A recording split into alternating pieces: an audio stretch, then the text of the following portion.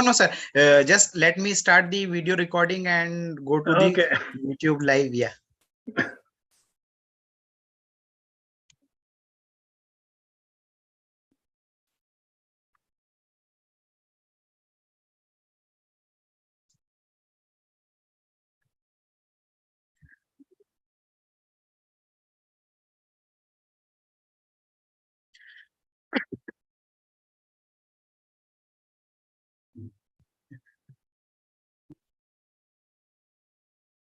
Very good evening to all the dignitaries and all the participants of this faculty development program sponsored by AICTE Training and Learning Academy on essentials of successful case-based teaching.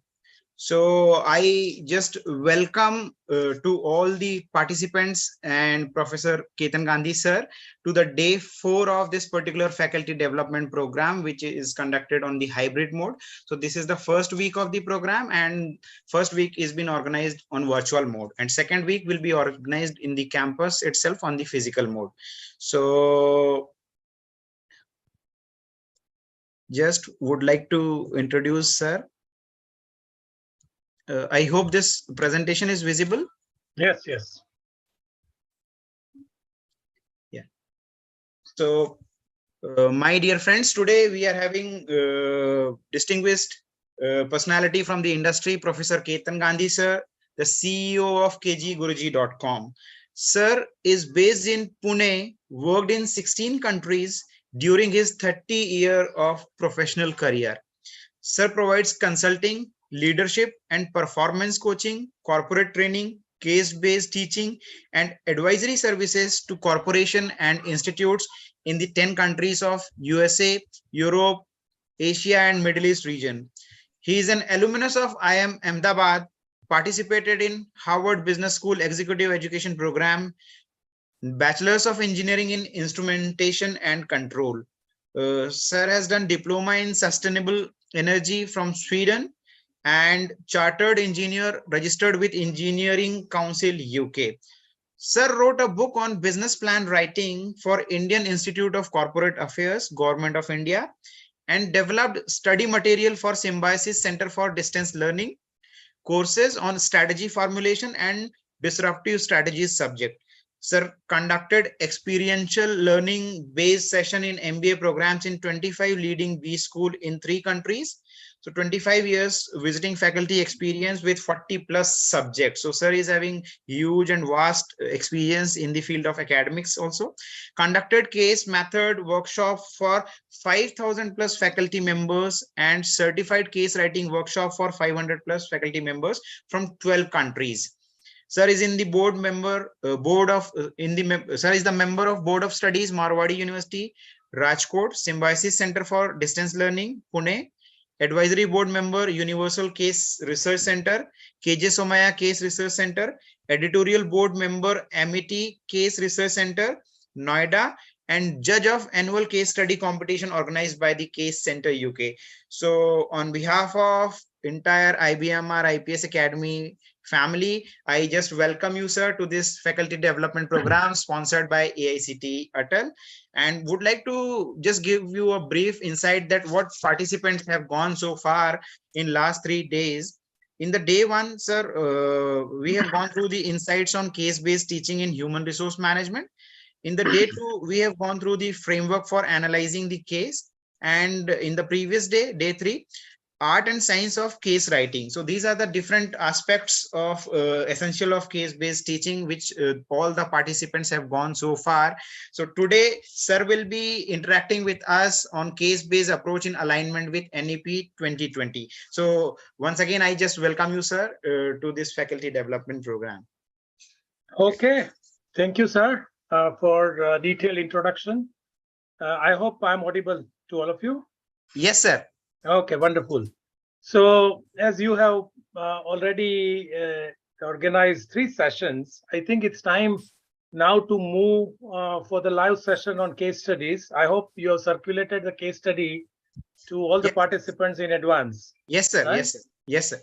Okay, so let's, I hope faculty members got some time to go through the case study, and we can actually use this opportunity to use that case study in a mock session.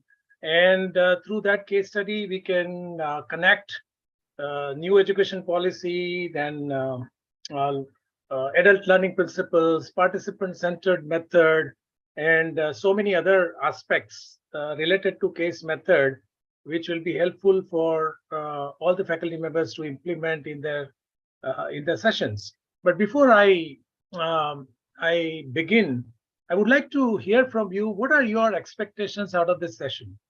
What you are looking forward to? You can use the chat box and type it down, or you can unmute yourself and speak up. What you are looking forward to?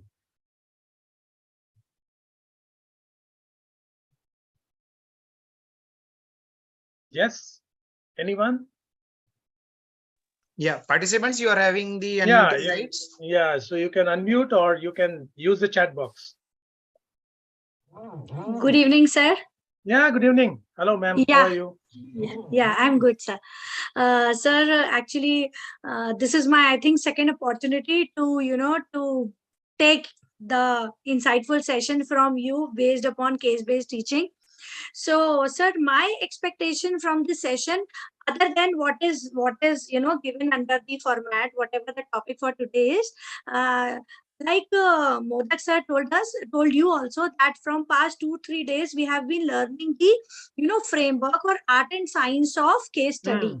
So I really liked it when you have circulated this kind of case study, and where we can get a practical live real time exposure of how to solve a case study. Yes. As faculty members, we are doing this from ages. We are making our students, we are teaching our students how to solve cases, but some wisdom coming from you, that how to treat a case and how to link it with the present day scenario. So that kind of wisdom, I want to take after 2 hours from here. Okay. Yeah, sure. Good evening, sir. Am I Yeah. audible? Yes. Good evening. Good evening, sir. So my name is Sanju.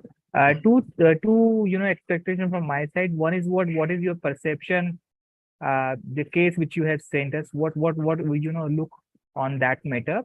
And second thing, how you solve any case, what things you consider while solving any case study, or these two things which I want to know. Okay.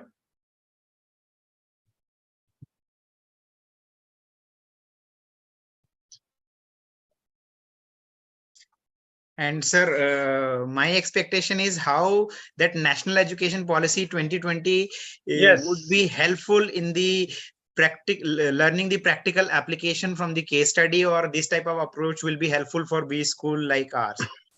Okay. Yes, sure. So out of 32, we have 3 expectations. 31 participants. Good evening, sir. The expectations are many more. I am Dr. Gagan. Yes. And apart from all my fellow colleagues who have portrayed their expectations, I do want to have a take home after your session, the improvement in how am I approaching to a case and how we are solving it. Okay. We have been doing it, but then I want an improvement in how do I approach and observe a case. Okay, sure. Hello, sir. Yes, hello.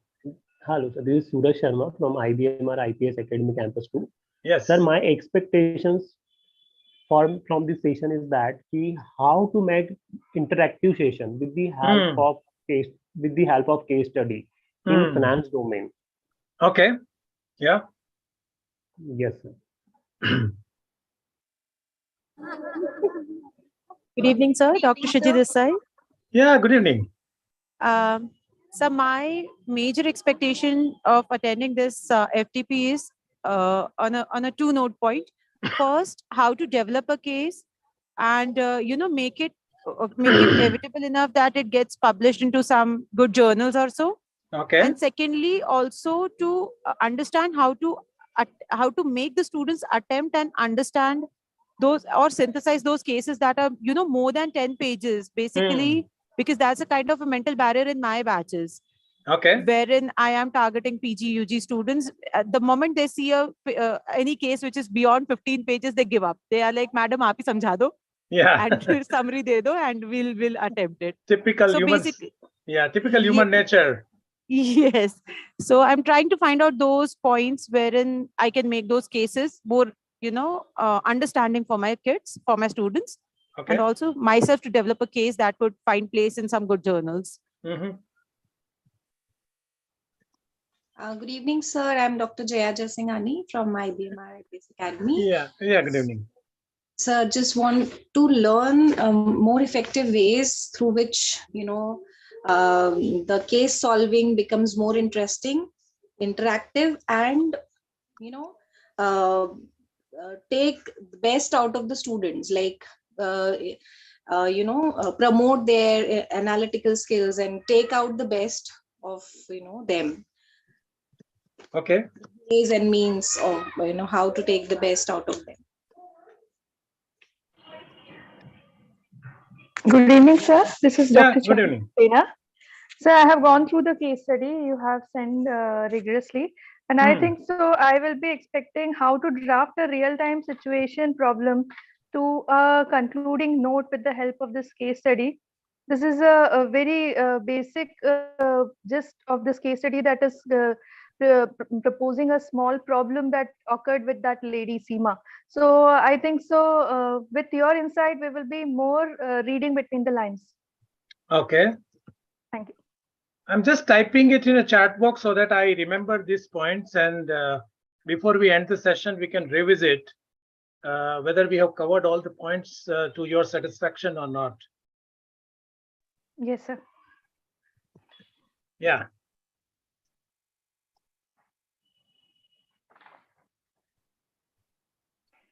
Okay, so let's begin. As we move forward, and any question or any points come to your mind, any of your practices that you follow, any of the challenges, because as you have explained that you have been following this method, and I'm sure all the faculty members must be using some or the other case studies during their teaching, because nowadays it is one of the mandatory requirement of the university, and also from your own interest and enthusiasm, I'm sure you all must be doing it. So this would be a very good platform for all of us to learn and share from each other, and your experiences. I will share my experiences, and I hope this session will be really useful to you. And from tomorrow onwards, you can start applying some of the principles. Now, if you have joined this today's session with the expectation that there will be a PowerPoint slides presentation from the facilitator, then I think you will be disappointed, because this is against the case methodology that I come up with the PowerPoint slides and I go one slide, another slide, and the topic is about the case method. So that is one important change that all faculty members will have to bring in their class.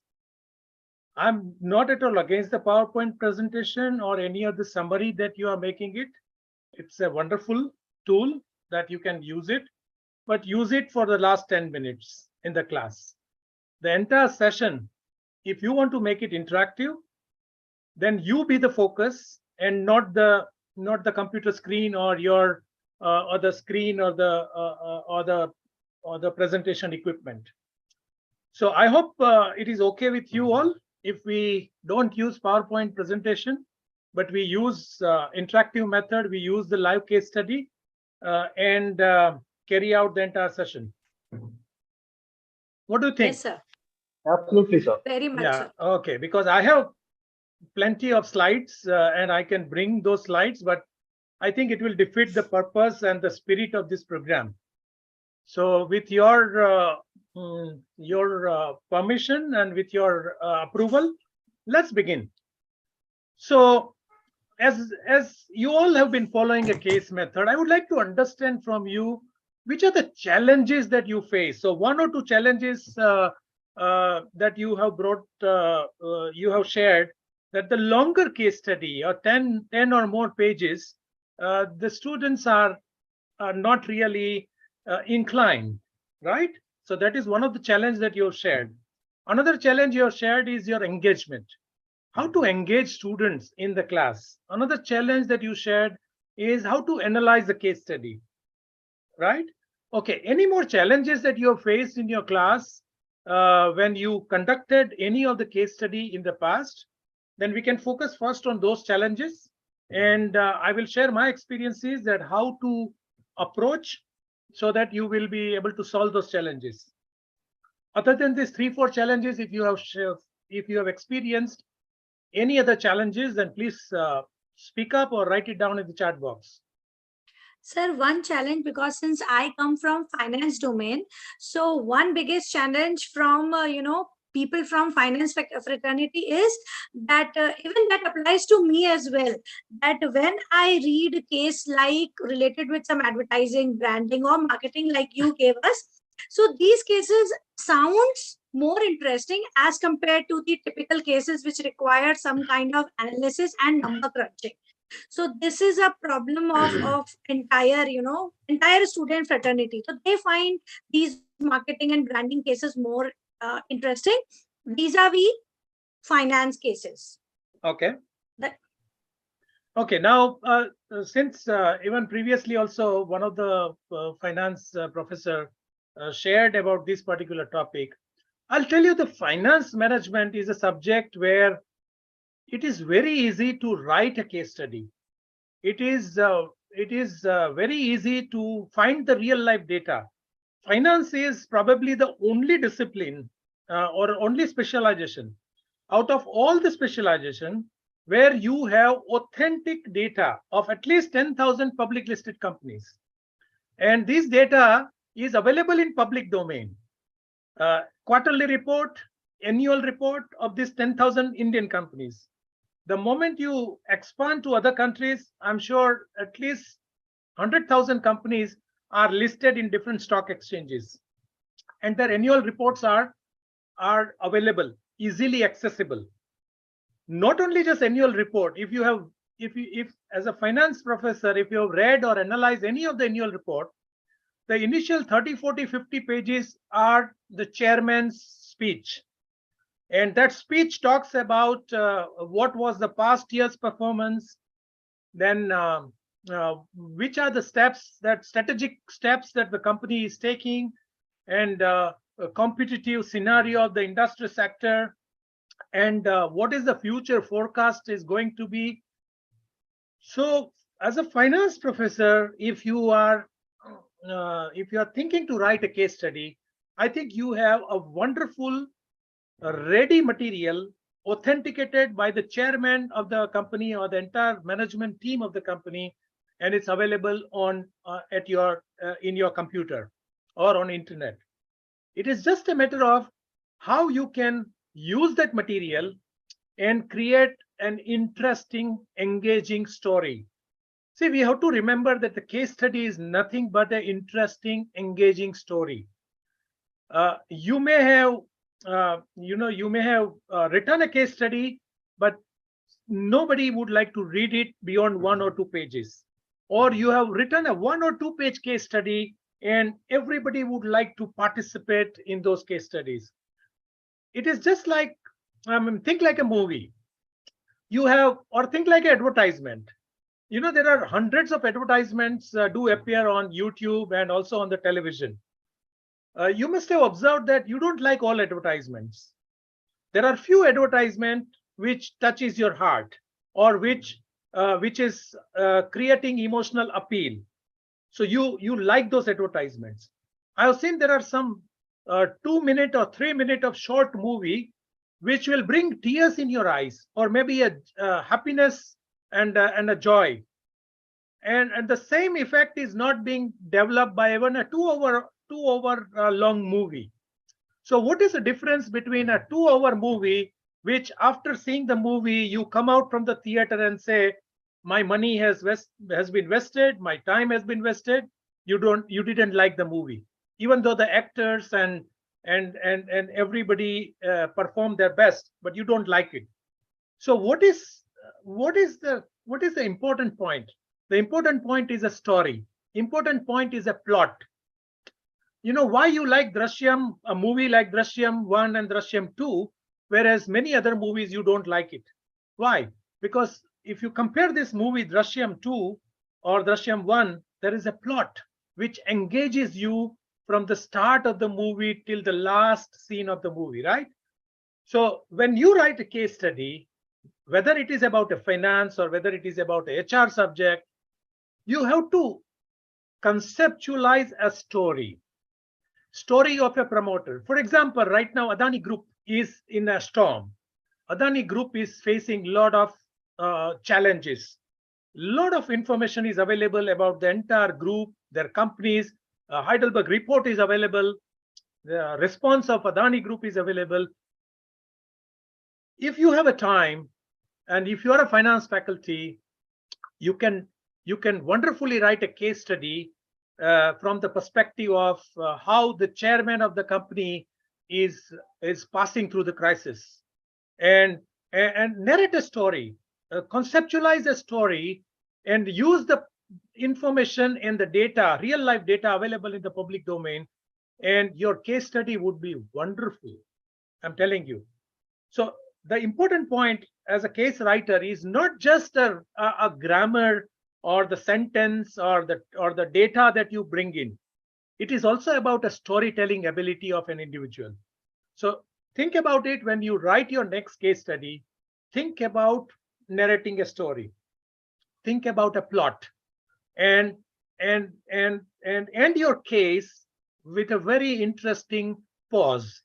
That what is going to happen next now with this so-and-so company? What is going to happen to this protagonist? See, we have to understand that when somebody is reading the case study, why they are reading the case study, whether they may be students, whether they may be publishers, whether they may be other faculty members who would like to read your case study and would like to utilize your case study into their program. So why do they read your case study? So this, from their perspective also, you have to think and write a wonderful story.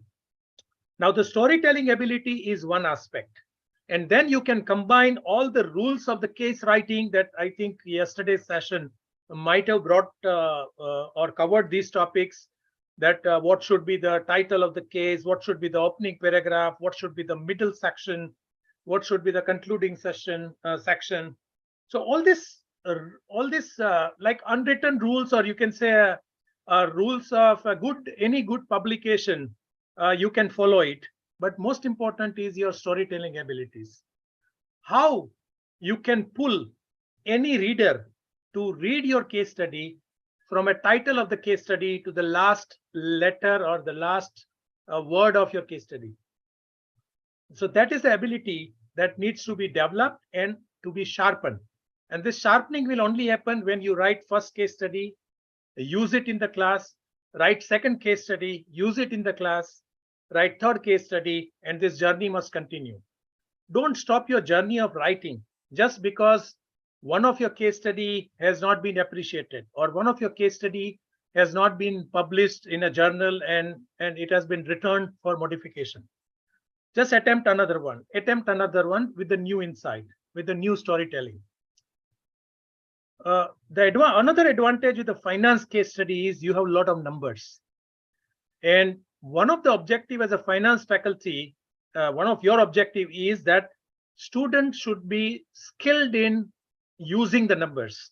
Students should be skillful enough to apply the theory concepts like ratio analysis, like profit and loss statement, like balance sheet analysis, like valuation, mergers and acquisition kind of a situation, right? So here, one of the objectives of the finance faculty is that students should think about a real life situation, should apply the theory formulas which is given in the textbook, use the Microsoft Excel or any other database or any other software in which they can process the data, and finally they take a decision. Even a stock movement data of any script, even that could bring an investment decision kind of a dilemma. For example, is it a good time to buy Adani Enterprise stock at this moment? Now, that can be a very important question. If you have in your finance class, you have a topic on investment and stock market analysis or a particular stock movement analysis. So I think for finance faculty, you have a lot of opportunity to write the case study with the authentic data. For HR, for operations, these faculty members will have to really approach a company or somebody who is working in the company to really understand the real life situation, to really get the company data. And we all know how difficult it is to get the confidential data of the company, especially if it is related to operation, if it is related to costing, if it is related to employees and many other domain data. It is very, very difficult.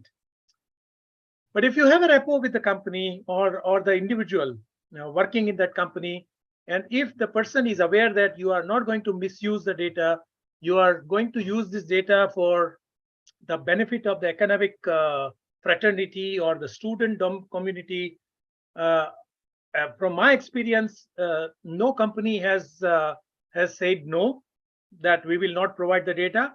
Maybe if the data is too confidential, they may say that, yeah, you need to be careful while using the data. Or maybe they will not share it, but whatever they share it, they are happy that, yeah, it can be included in the case study. So as far as finance case study is concerned, I think you have a great opportunity to access the data from the public domain. You don't have to ask any company executive whether I can use this data from your annual report. You don't need to ask. You can use the data and prepare a case study. You as a writer, you have a creative freedom. You can narrate a story. You can say a company chairman is because of so many such events happening.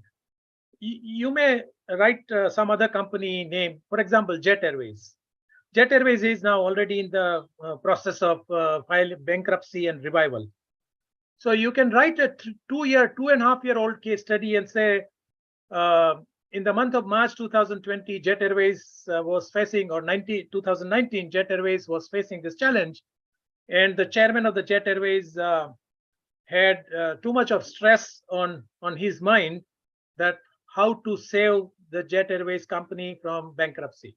And with that kind of engaging and emotional story line, you can start narrating the entire case study. There was another point that, okay, 10 to 15 page case studies, students are not interested. Students will not be interested even in a 2-page case study if students are not aware about the benefits of case study or a case method. And it is true for anyone, because we are forcing a change. Look at how school education has been up till now. Of course, with new education policy, things may change in future. But just, based on your own schooling and college experience, and based on maybe your kids, their schooling and college experience, you know how this typical school education has been. What do you think? Is it experiential learning based or it's a theory based? What do you think? What is your experience of school education? It's more theory based, right? Yes, it is. Yeah, it's more heavily theory oriented. Okay, look at what is the scenario in graduation. Bachelor of Arts, Bachelor of Science. Bachelor of Science, of course, has some practicals in the laboratory. Bachelor of Engineering also have some practicals in the laboratories. But BCom, BBA, what do you think? Is it highly experiential learning based, or it is still heavily theory is heavily dominating in a graduation? Theory is dominant, sir. Yeah. Okay. Now, when they step into post-graduation program, MBA, and it's a first class in a first semester, and you have circulated a 15-page case study, what do you think would be their reaction? What do you think will be their response? And why do they do that? Why they are not interested in reading a 15-page case study? So pretty obvious, because they have not been used to. They have not been used to. Okay. And they do not want to come out of the comfort zone. And the Right. teachers have also not taught in such a way which Yes. actually induces their experiential learning. Right. And no one has explained the benefits of the case method. I have seen induction program schedule of many colleges, and none of this induction program covers a dedicated session about the benefit of the experiential learning method or benefits of the case method, and why it is so relevant and important for at a PG level, the MBA program. So the first thing is, as a faculty member, if we are convinced that yes, case method is helpful, experiential learning is the necessity of the day, then we must invest first 1 hour of the class in bringing the benefits of the case method to the students. Because students in the PG level, they are in a which age group?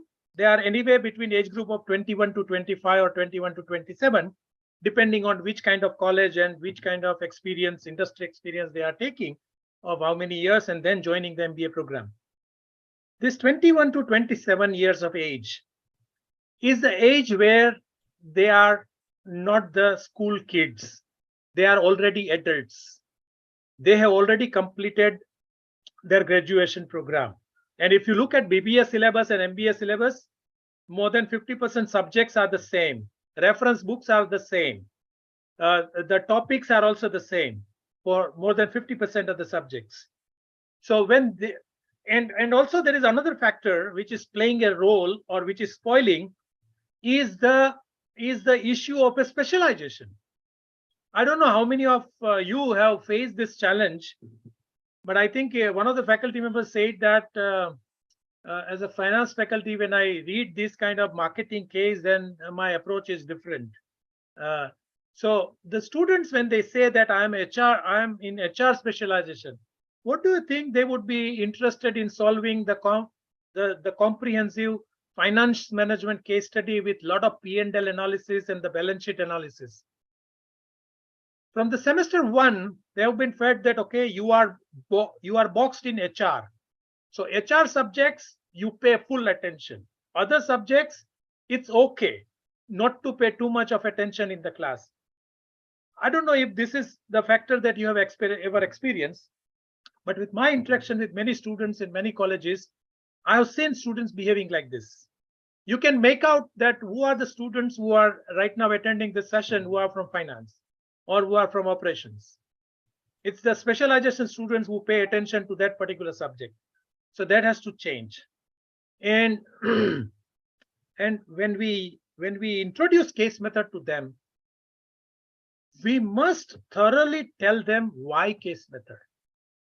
And this has to start with, first of all, adult learning principle.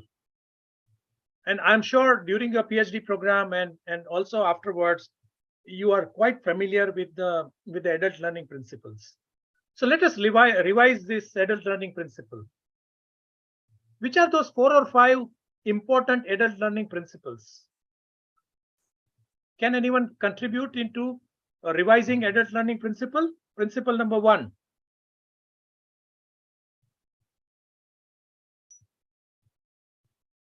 Yes, anyone? Self-motivation.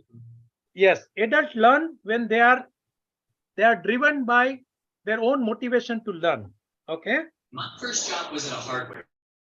Pardon? So involvement. No, involvement is the outcome.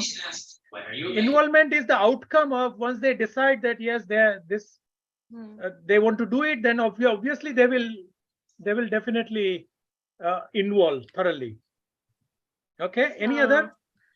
Their readiness for transformation. Their readiness for transformation.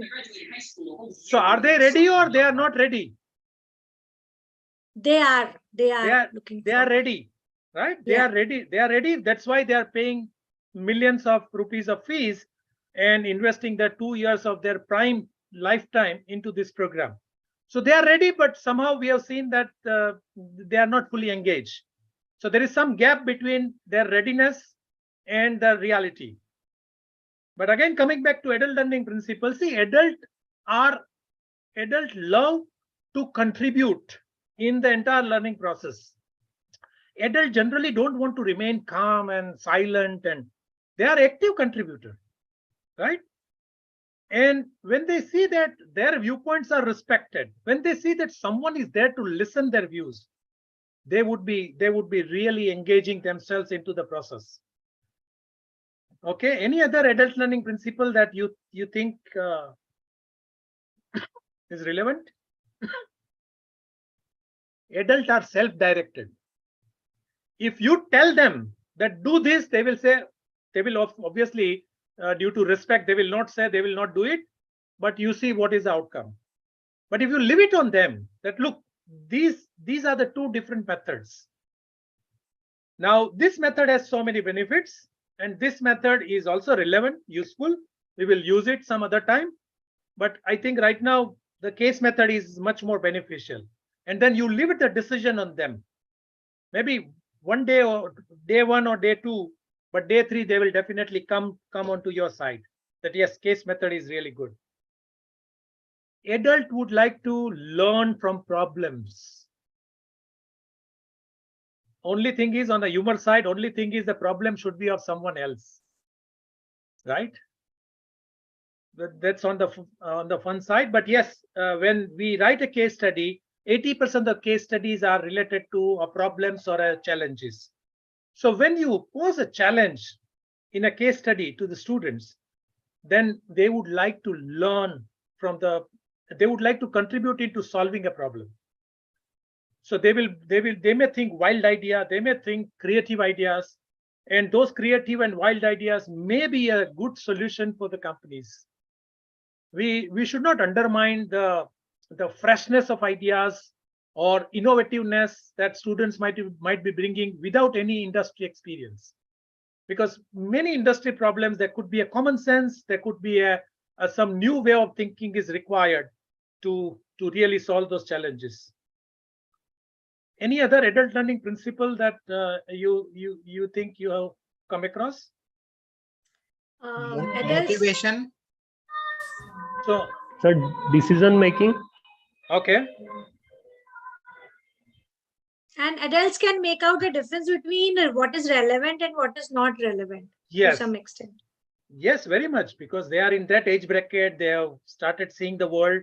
They have started meeting people. They have started reading a lot. They have started seeing many videos. And nowadays with the Shark Tank and this YouTube TED Talks and all, they are 2 steps ahead of many of the faculty members, whether we like it or not. And so what I feel is they open up more when they are clear of the why, like why they have to learn this or why it is important. True, absolutely. And another important point, adults learn when they see or when they feel that, yes, this is useful to me tomorrow. So if you say that this case method will help you to crack interview of any good company, and as you know, nowadays, most of the good companies are recruiting through case studies. They circulate a case study across the India. There are screening rounds, preliminary round, second round, third round. There are so many competitions are also happening. So when you say this, even if you are interested to join any good company, you have to learn through case method. You have to develop your mastery in solving the case study. Even for the job interview, it is important. And when you join a company, the case method will help you in your knowledge, your skills, etc., etc. Then they would be very much interested to adopt the case method. Then they will not resist and say, we will not read a case study of 30 page, 20 page, because now they are clear why they have to learn from the case study. Okay, any other adult learning principles that you think are relevant? So when the adults basically see that, when the students see that they have got some benefits out of the learning, then they are actually motivated and self-directed to learn it. Yes, and of course they will ask you more case studies. that, ma'am, sir, can you bring more case studies? Can you give me 1 or 2 more case studies? I want to learn, I want to solve on my own rather than solving in the class. So there are many students who come forward and say, I want to get more case studies of so and so industry sector. So, in my experience, what I've seen is that if you post some practical examples which are relevant, then they are very much interested. Yes. And which is the better way than using the case method to pose a real life examples?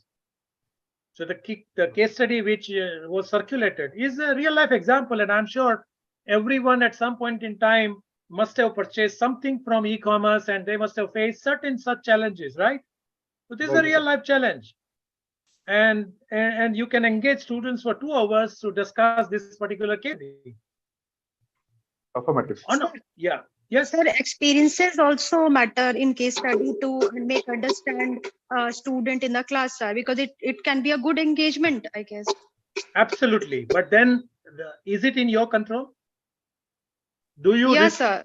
How? Do you restrict students who are not experienced?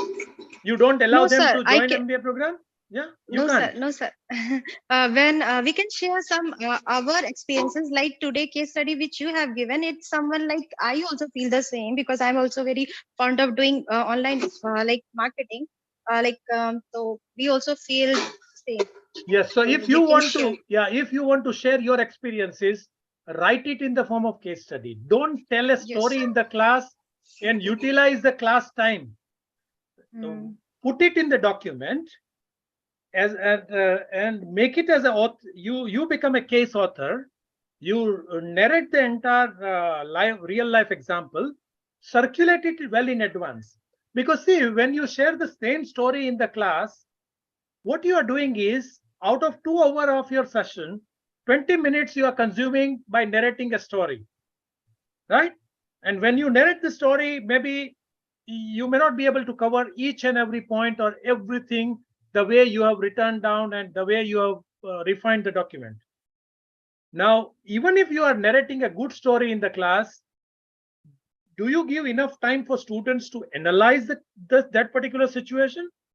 Probably not, because immediately after sharing the story, you say, okay, let us discuss this particular case study. So students have not got any time to analyze the case study or the story that you have narrated. And the impact of this kind of situation is that the engagement or the discussion, maybe few bright students will be able to immediately jump into discussion. But here we have to see that each and every person who is in the class, irrespective of that academic brilliance, irrespective of their school, whether they are from convent education or whether they are from a rural school background, whether they can speak good English or whether they cannot speak, the case method cut across everything. Case method objective is to bring everyone into discussion, to understand what everyone is thinking, and to make sure as a facilitator that you facilitate everyone in the learning process. So my suggestion would be that some of the spontaneous story that you remember in your class and you share it, please continue doing it, no problem, if it is adding a value into your class. Otherwise, all your real life experiences, start documenting it into a form of a case study and circulate well in advance to students, so students can read the case study before they come in the class and they have a time to think about the situation. That will increase the quality of discussion in your class on that particular case study. Sir, so are you like trying to tell that it to become efficient in solving a case, it requires a lot of preparation and practice beforehand? Or absolutely, yeah, you have to give time to students, because when they read a case study, they read it for the first time. In a first time reading, they may pick up few points. Then they read it for the second time, because then second time when they are reading the case, they are actually trying to think about what is the problem and which way this problem can be solved. And maybe when third time they are reading the case study, they are actually finding out the right answer. They are actually finding the right data to be used in finding the answer. So even when you explain to the students, you say that you read it for the first time, just like a story reading. You underline few points, or you highlight, or you bring some important points in the margin line or in your notebook, depending on every student has their own methodology of using the documents. And say you read it for the first time, you make out something about the case study, you read the case study for the second time and trying to figure out the challenges or the problems this particular person or this particular company is facing. And the third time when you read the case study, your objective should be to find out the solutions. And here you are not just reading the case study, but you are also applying the theory, the knowledge, the formulas and the principles written in the different reference books, and combining the case data and the facts and the story. You are trying to find out or propose a solution of this challenge. If they prepare this at home, and when they come in the class with the full preparation, they are ready with their points and they are ready to discuss. And your class, the energy level will be completely different. You will have everybody raising their hand that yes, I want to contribute, these are my solutions, and then you will have a very, very engaging debate. But if you tell a story upfront in the class, maybe few brighter students will be able to contribute, but not everyone. Yeah. Okay, there is another point. Yeah, there is another important point. Why case method in a post-graduation program? Another important method is, I want to draw your attention on learning style. If I ask you a question as an individual, what is your learning style? I'm sure you all must be aware about your own learning style because you have been into education field. But if you ask the same question to your students, they say, what do you mean by learning style? The students may not be aware. Yes, ma'am, Nidhi ma'am. So if I'm correct, is it the rote learning that we follow? We've been following the rote learning method. Yeah, that is in a school education, because that's how our examination and evaluation and everything has been structured. And that is what new education policy is trying to break and bring the change in next 10 years. No, that is not a learning style. That's the name we have given. Learning style is about how individual is actually learning. So there are 4 prominent learning style, and everyone, I'm telling you, everyone who are present in the session, everyone will have one dominant learning style. And then all other learning styles are also we are following, but we will have one dominant learning style. So which are those learning style that even students should be aware about? Can anyone tell me and contribute in learning style? Don't Google it. We need to. Don't go into internet. Just spontaneously answer. Yes. So experiential Yes, learning. sir. Yes. Learner-centered approach. We need to apply that, sir. Yeah. So that is the objective, but how to do it? So we are analyzing step by step. What is the thinking of what is the expectation of the student, and then get for the ready for it. Absolutely. Yes. But coming back to learning style, which are those 4 learning style? Don't go to internet and answer. Maybe reading something that we can connect to on and which is relatable. No. Let me tell you, there are few people whose learning style, they learn maximum out of reading. They are fond of reading. Yes, sir. Yes, sir. And they reading, learn writing, speaking, listening. Exactly. And Yes, there is one more. Reading, writing, listening, speaking. By pictures. Sir. Or can it be social learning? Yeah, social learning is there, but that is a combination of this interaction with other people and communication, etc. But there is one more learning style. Can be observation. It can be observation. Yeah, but observation is again seeing, is through eyes. Okay. Another learning Logical style. thinking. No, that is again using the brain and the number. The another learning style which is most important is something like that. That is called learning by doing. Okay, sir. There are many people who learn by doing. They are not interested in reading. They are not too keen in listening also. But when you give some live projects, maybe their academics, they are less than 60% marks. But suppose you say that, okay, do this consumer behavior survey, go all out, they would be like jumping on this because they love this kind of learning by doing. There are few people who would be very much interested in tree plantation activities because they are the kind of people who want to do everything by themselves. Now, can you tell me, if you are using a theory-based method in your class, are you assuming that everyone who are present in my class have one learning style? You are assuming, right? That's why out of 2 hours, 1 hour and 50 minutes, you will be speaking, you will be teaching them. In this process, what you are doing is maybe 20% of the students who learn through listening would be very happy to attend your class. But what about reading? What about people who want to learn from doing? They would be highly dissatisfied. So what they will do is they will prepare a cartoon in their book because they have nothing to do when you are speaking. They have nothing to do, right? Suppose I'm speaking right now, you have nothing to do other than listening. So the same thing happened in the class.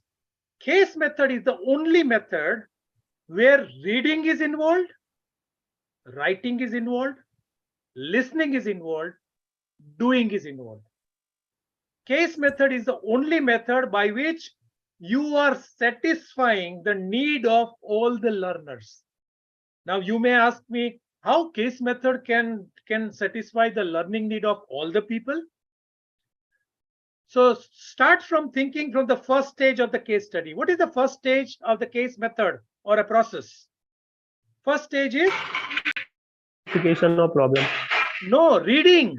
First of all, reading the case study. Okay, reading. So if my learning style is, my dominant learning style is reading, I will be feeling very happy to read the case study. I will spend time and I will read it again and again. So I have satisfied the need of students whose learning style is through reading. Okay, what is the next? After they read, and when they come in the class, they have to listen. Listening. Because there are many students who are speaking about the case study.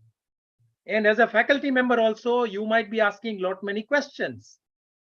So those students who are listening and learning, they will be very happy in the class. Isn't it?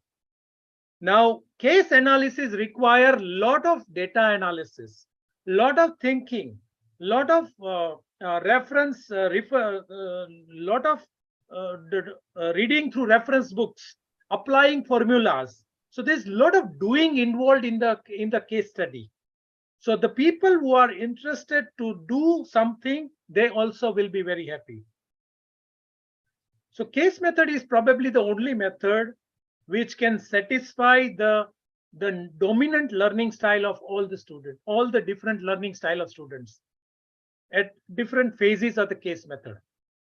And there are many students who are thinking a lot. They may not be able to express, they may not be able to articulate, they may not be able to participate, but they are thinkers.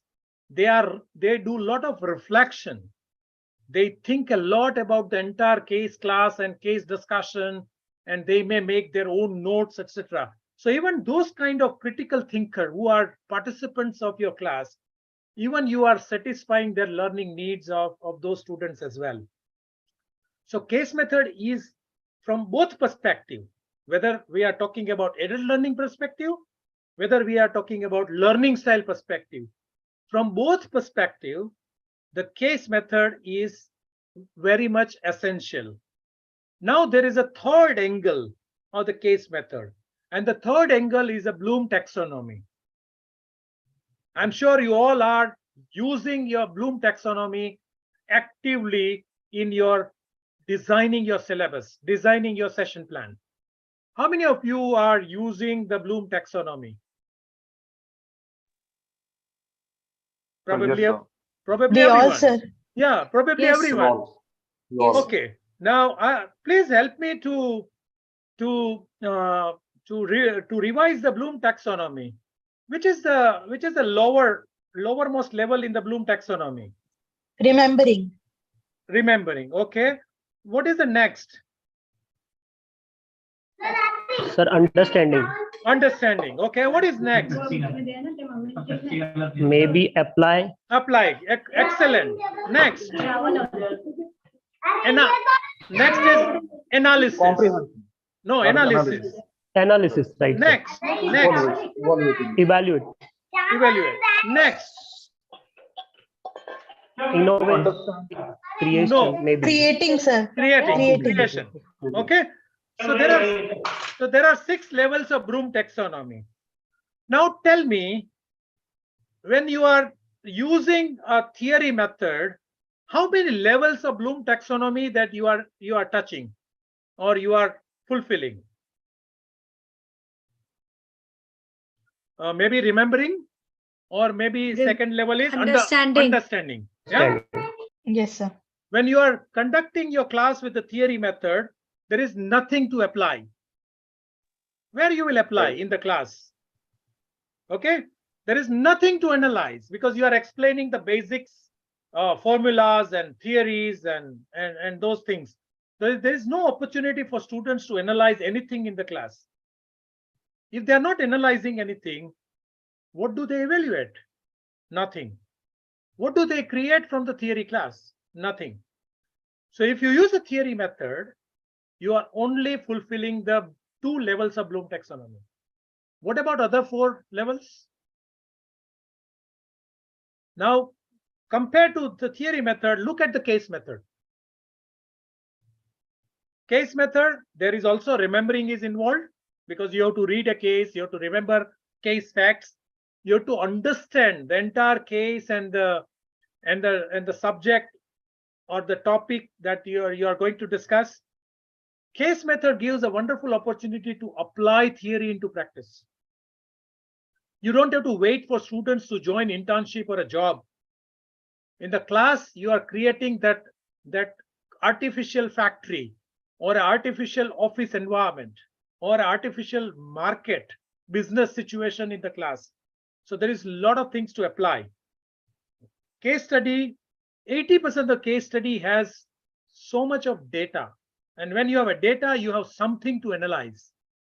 Analyze the trend, analyze the growth, analyze reasons. Then when you have a problem in the form of a case study, you have to develop or create a solution, a possible solution. So you have an opportunity to create something. Once you create a solution, and if there are 2 or 3 possible solutions, there is a possibility to evaluate out of 3 solutions, which one is the best solution, isn't it? So case method is probably the best method if you really and genuinely want to fulfill the requirement of Bloom taxonomy of all 6 levels. There is no other way. You may be expert in your subject, domain, theory. You may be highly research-oriented person. But if you would like to achieve the Bloom taxonomy, you have to use the case studies in the class.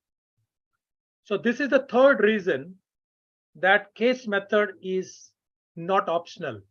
It is a must. Now the fourth reason, and the fourth reason is very relevant to our today's main topic, and the topic is new education policy. How many of you have read new education policy? About 116 pages are there. I'm sure you might not have got time to read all 116 pages. But to me, if you are in a higher education, there is one paragraph in the entire new education policy is highly relevant. You just read that one paragraph and it will bring a transformation into your approach to your class. Which is that paragraph? Which is the page number? Which is the topic number? Anyone can contribute Anyone can help me to bring a very important point, new education policy. And I don't want to discuss 116 pages right now. You all have access to that policy and you might have a copy in your laptop. I just want to discuss only one paragraph.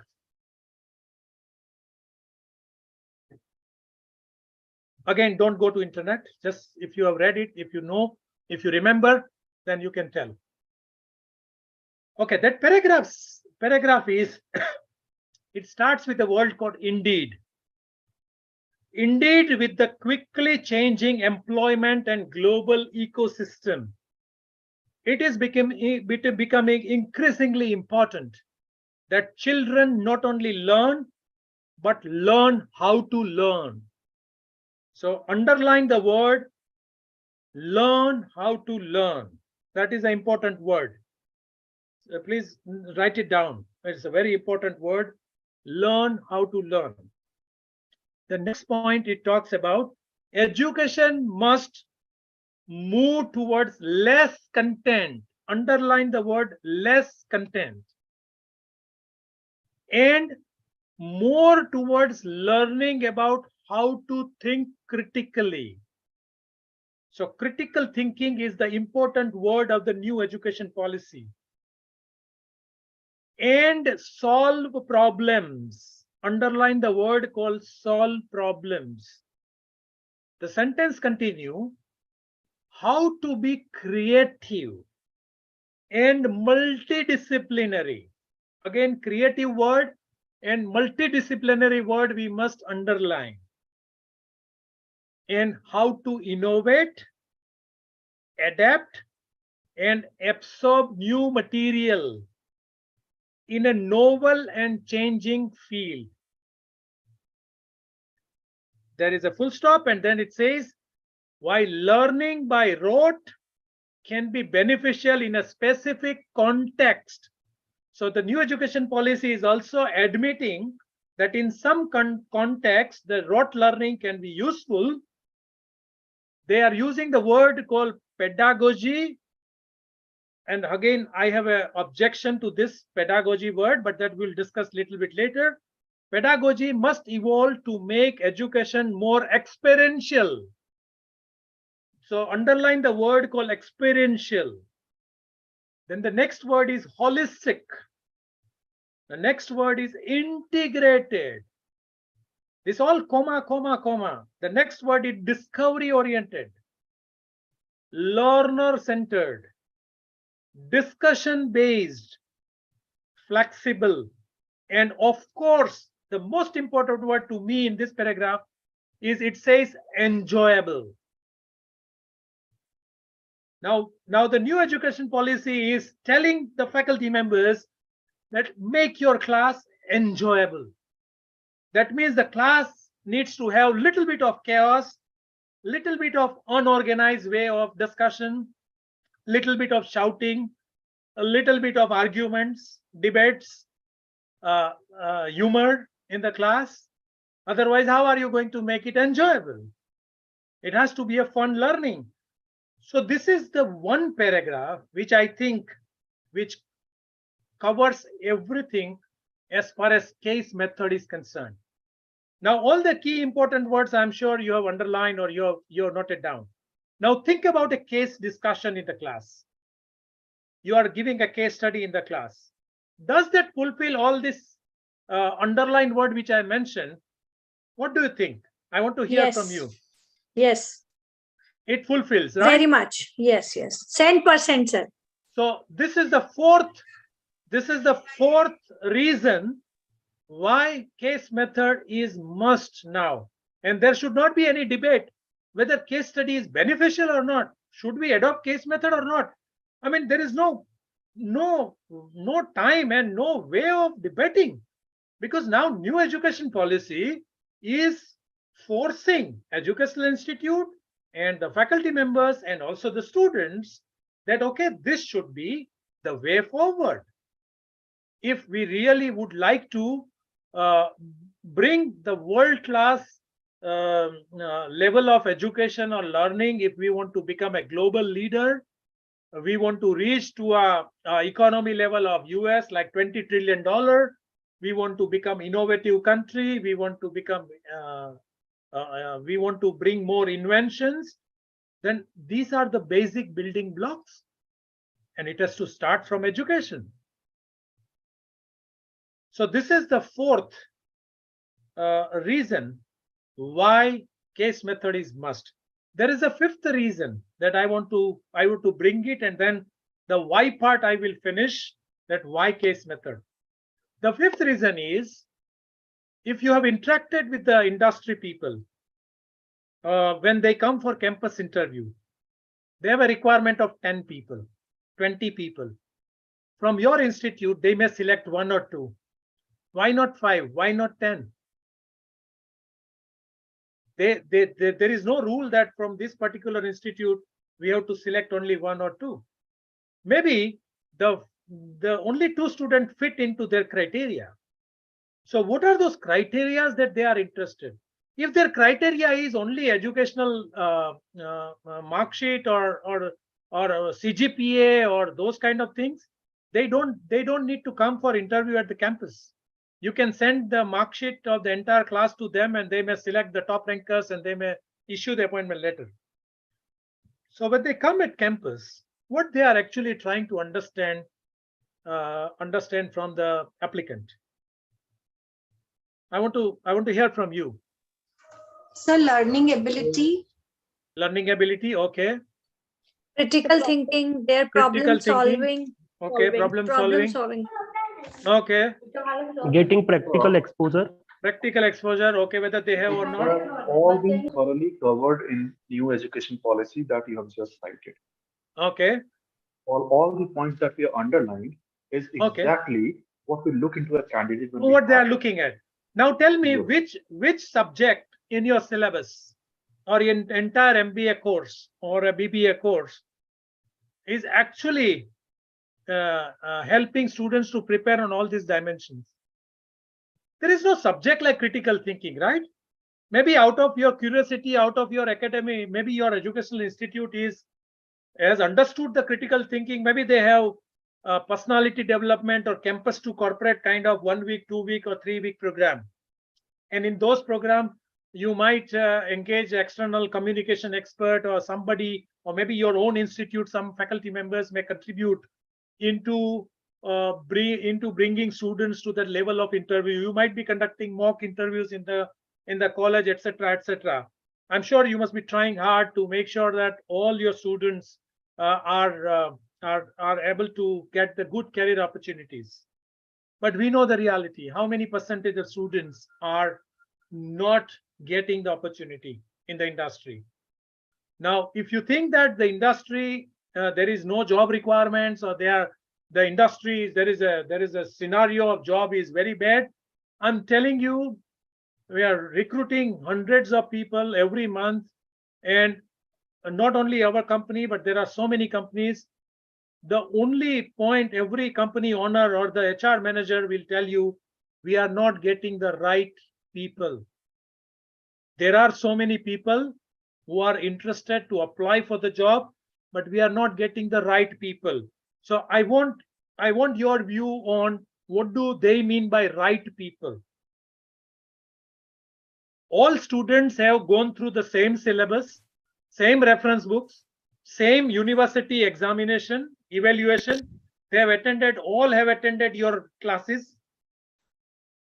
Why it is not making everyone right? Yes.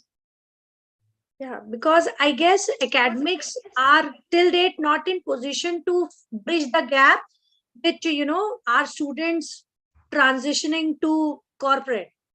So they find, because I guess it works like lock and key.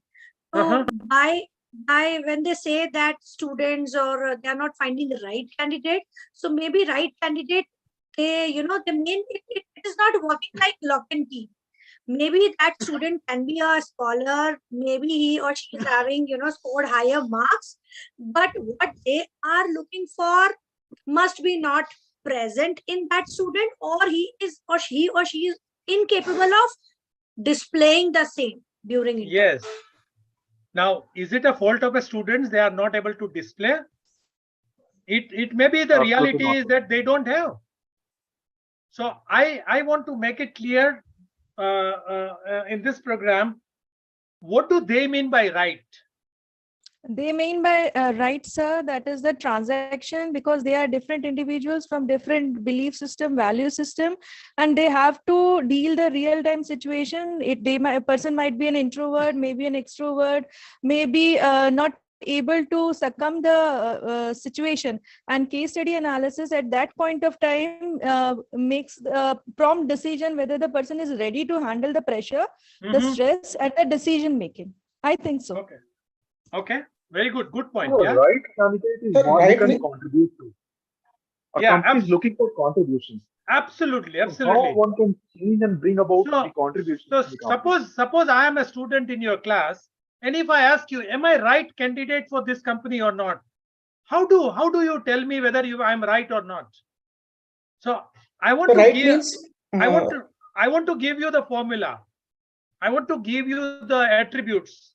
From my perspective, how can we say the students that okay, the right means these are the points that you have to keep it in mind. But I'm open for your experiences and your suggestions and your points. So right means instead of filling the vacancy, the role should be filled. Absolutely, yeah, that's right. That's the objective. But how can we say to students that okay, this may be the reason that even though your CGPA is 9.5 out of 10, but somehow company didn't find you as a right fit, right candidate. So what is that? What was the missing element? The 9.5 CGPA out of 10, that means students must be academically or theoretically must be brilliant. So the balance is missing.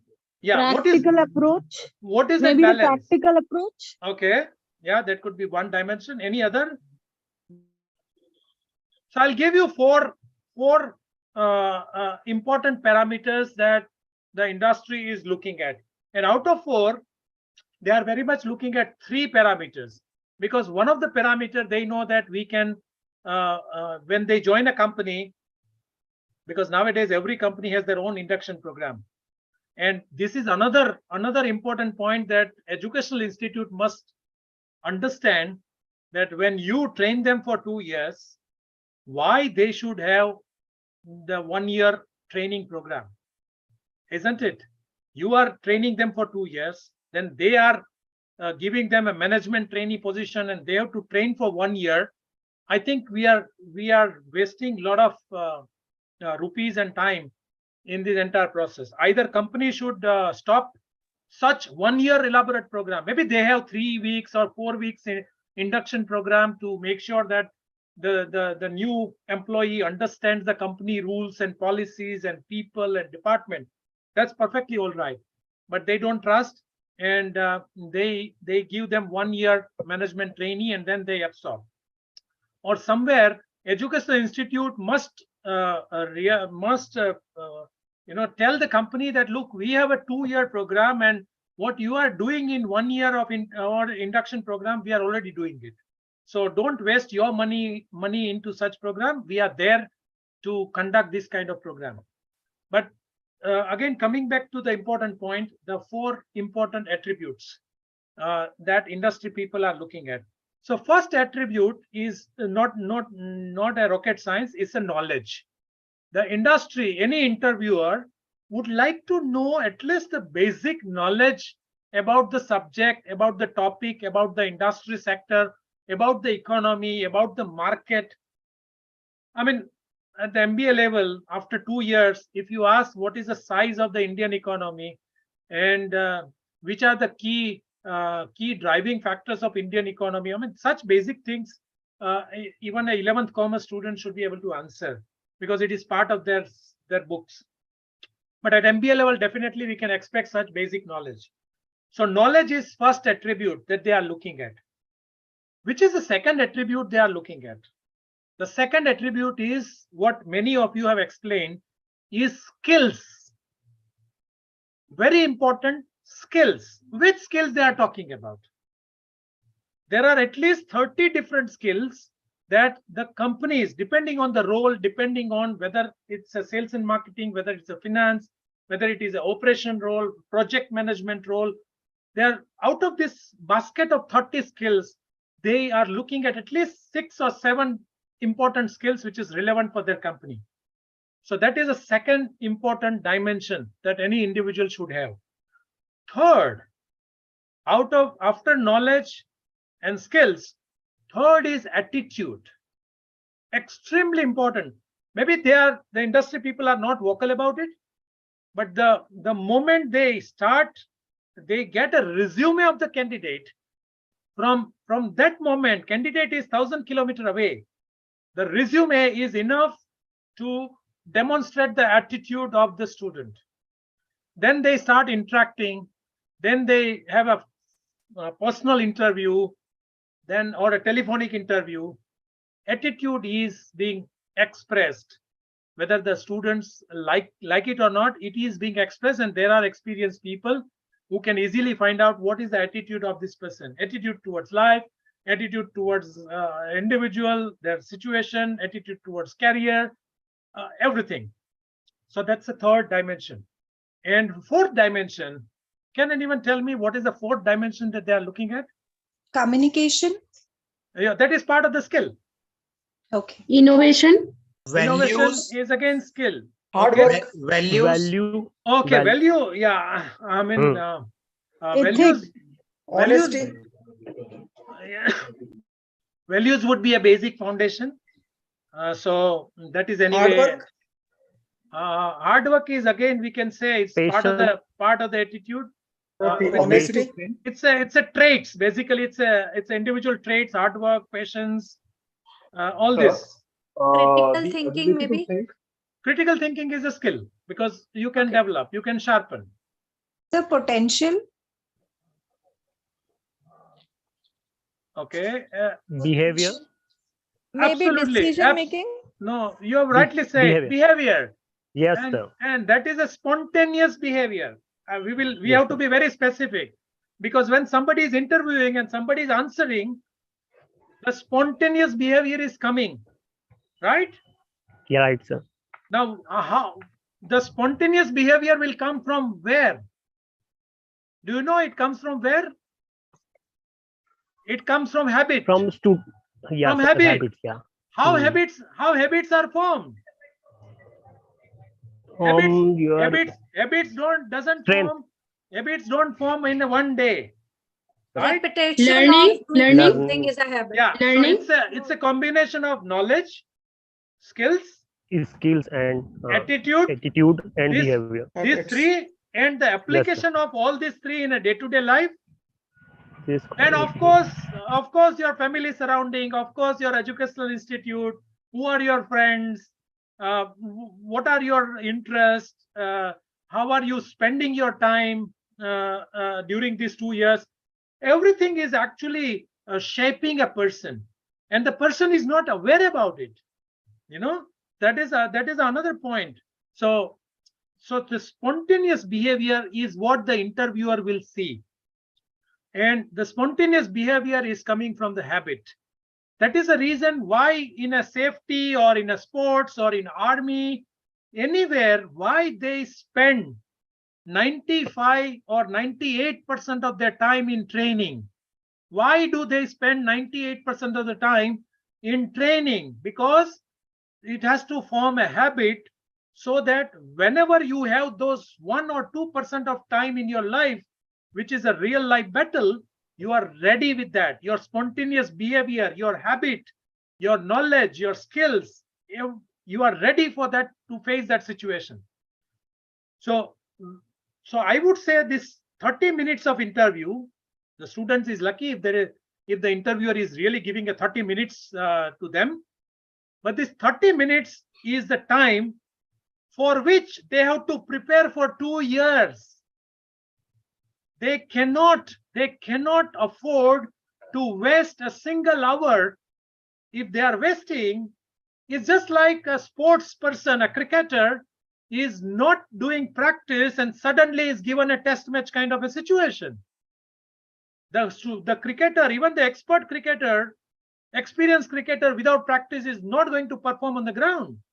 So this is what we have to tell students emphatically, even from the first semester, that whether you like it or not, the interviewer or anybody who is assessing you for your career opportunities is going to look at your spontaneous behavior. Spontaneous behavior comes from habit, and the habit is formed the way your social upbringing, your family background, your friend circle, your habits, your other reading habits, how do you manage your time, how do you manage your emotions, and the knowledge, subject matter knowledge, skills, etc., etc. That means the skill plays a very important role to convince the interviewer that I am ready for the industry job, I am ready for your role. The case method is actually giving an opportunity to students to develop 30 different skills. And I want, because you have been using case method, I want to hear from you in your class which type of skills that you could help students, or the students could develop when you use the case method during this 2-year program. What is your experience when you adopt a case method? Which skills of students that you saw is being sharpened? Unfortunately, there is no pathology test, there is no X-ray, MRI, where we can say you came to our institute with this X-ray report, and during these 2 years we developed your skills, and today your X-ray report is different. We can't tell that. And there are so many instruments available, but they are highly subjective. But one can only feel the difference when they face the real life situation. So I want to hear from you, which kind of skills case method can help to develop? First of all, I guess communication skills. Communication. So, okay, someone need to help me. Someone need to help me to count how many skills. So first is a communication skills. Sir, Problem solving skills. Analytical. Second, problem solving. Third, decision making. Decision making. Fourth, problem identification. Problem identification. Fifth, reading, because they read a lot. Different perspective. Yes. And learning to respect them. Yeah, different perspective, listening, respecting. Okay. Creative skills. Creative, yes. Creative. So reasoning skills, reasoning, listening also, because they have to listen a lot. Logical. Yes, sir. Yes. Thinking process actually starts in the mind, sir. Pardon? The thinking process starts in the mind when we put the students to case. Absolutely, absolutely. Yes. Okay. Sir, brainstorming. Brainstorming. Okay. Arguing skills. So there are already 11. Yeah. Argument, debate, discussion. Sir, logic understanding. Logical understanding.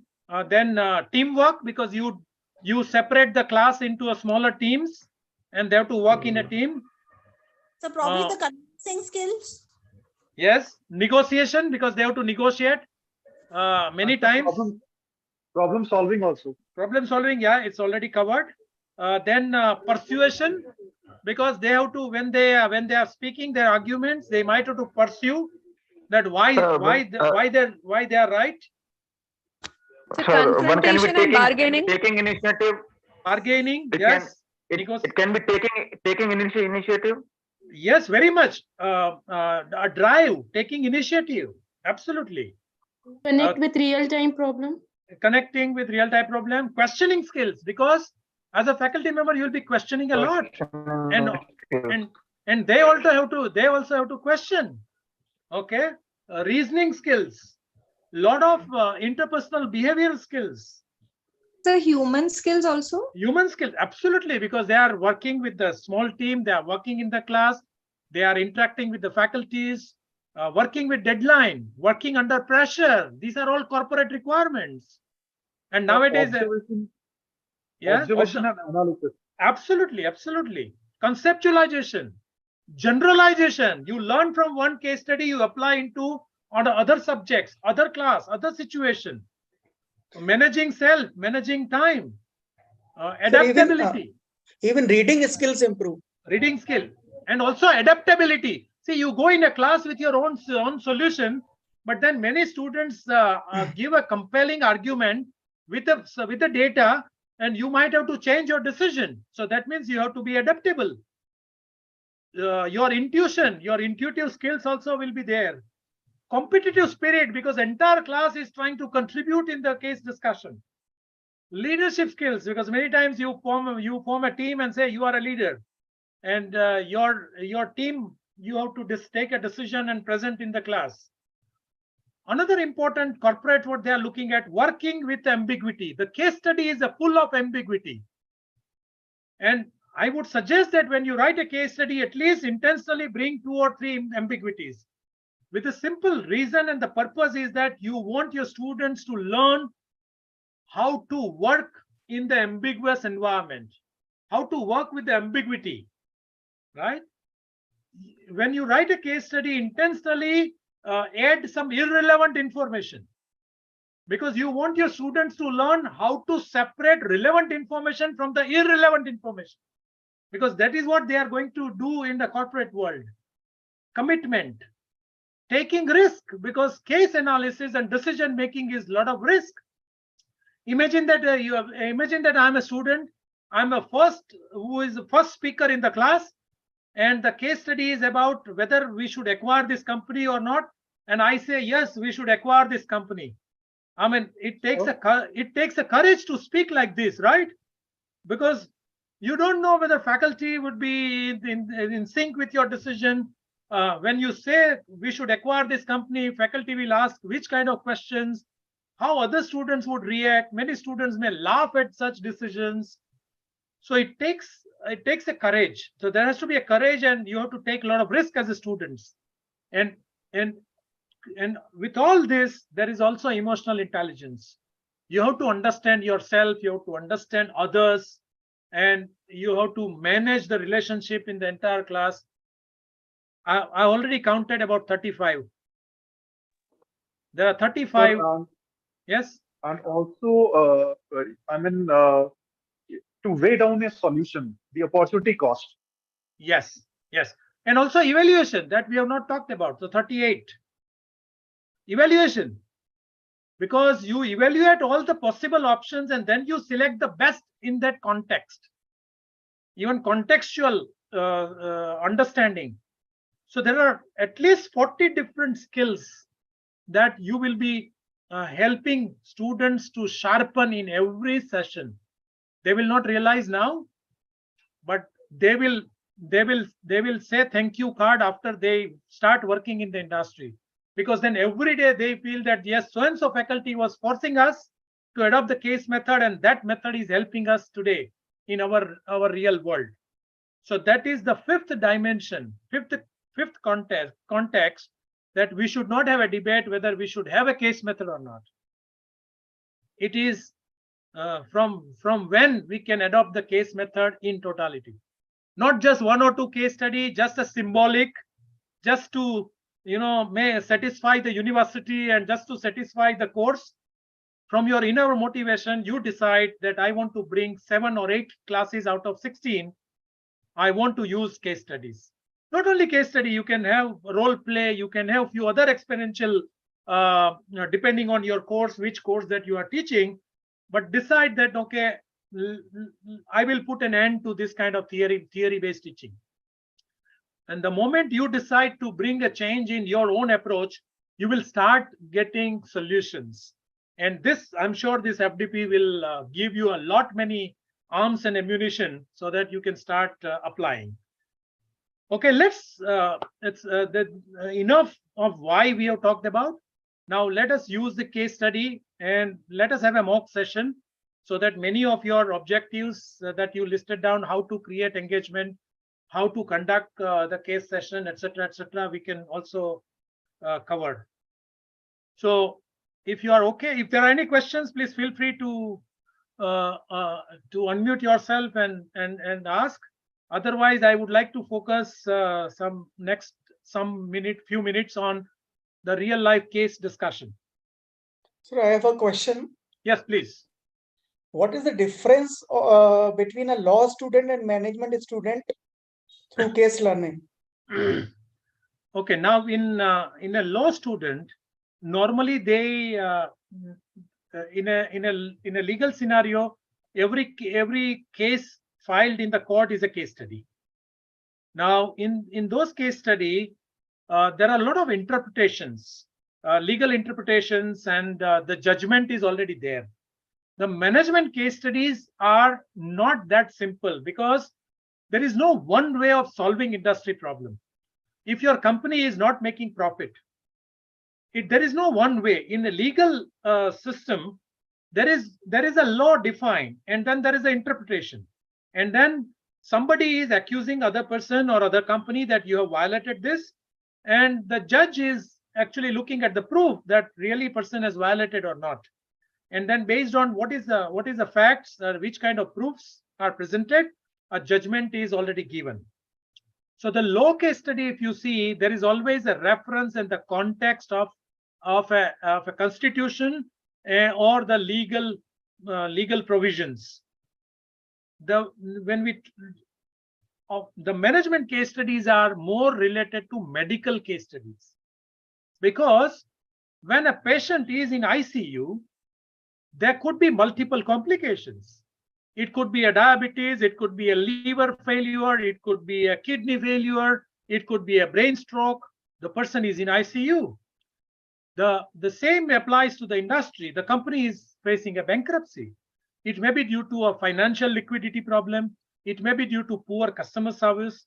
It may be due to a lawsuit filed by government or by a customer for some violation. It may be the employees are not in favor of management decision, so they are on a strike. It may be a external environment is changing and the company is not able to really adjust to the external environment. So the kind of problems in a real life that industry is facing or the leaders are facing, it is different than the legal case. And also the number of factors which is external as well as internal impacting the organization. There are so many factors. Also, there are no one way of taking a decision. You can decide to launch a new product. You can decide to again take some more loan, and even if your company is loss making, you can still want to survive or continue for a few weeks. You want to close down your business, and every decision you can justify. Only time will tell whether your decision was right or wrong. In a legal case, it is a little bit different. So I would relate a management case study more with the medical case study. So the way so what doctors are doing, when you go to a OPD and you say, I have a headache, doctors will ask you a few questions, right? That since how long you are facing headache, and if doctor is not able to make a diagnosis, what the doctor will recommend you? For certain Test. Now look at the company. Suppose you are a consultant and a company is engaging you as a consultant. What do? You meet people, you ask questions, and if there are no convincing answer, what do? You say, okay, give me a data. I want to analyze your data. I want to analyze your inventory level. I want to analyze your number of customer complaints. I want to analyze your financial liquidity issues.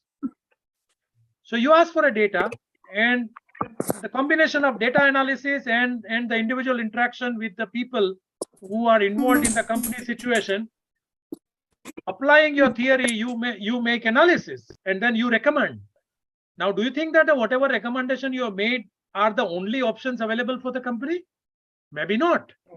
But as a consultant, you had access to only that kind of data and those kind of real life information. The way doctors are making decision, do you think all doctors are making 100% correct decision? Maybe not, because they have to take a decision based on the report of the patient, a pathological report, X-ray report, radiology report, and what the people are saying. And then they apply their judgment, they apply their experience, right? So management case studies are more related to, we can say, a medical case study. Thank you. Okay, let's use this case study and see that how can we make it more interesting, more engaging. So when you enter into a class, what would be your opening statement? when suppose this kind of case studies that you want to conduct?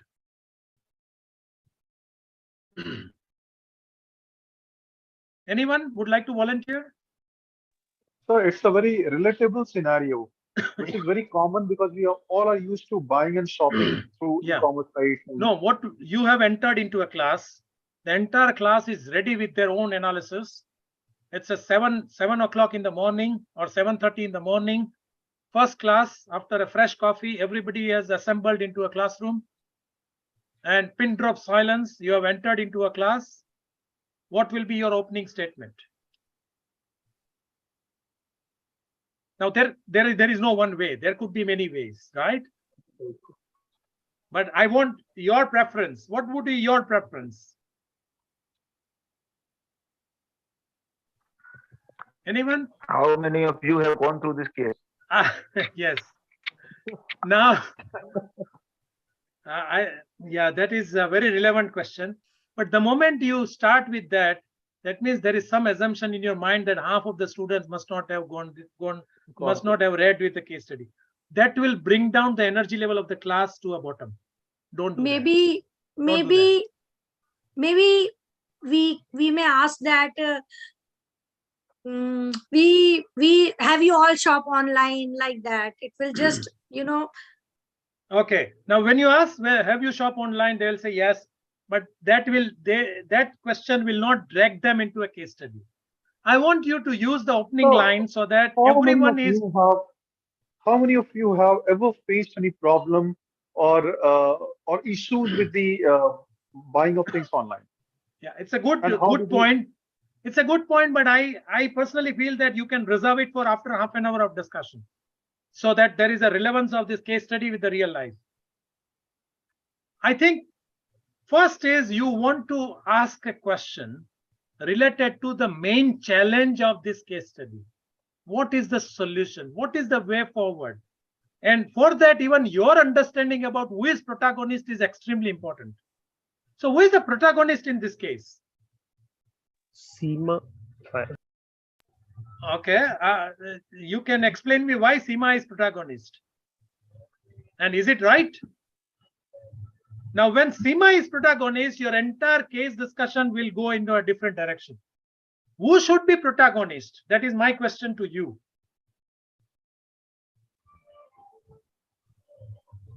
So now Mahesh. Why Mr. Mahesh? Because you have used this case study in your session plan. Your session plan is about a particular chapter of the book. The book is as a subject name, and the subject is part of a course as a semester, and semester is part of an MBA program. Are you using this case in a first semester, second semester, third semester, or fourth semester? Your opening statement can change depending on which semester you are using this case.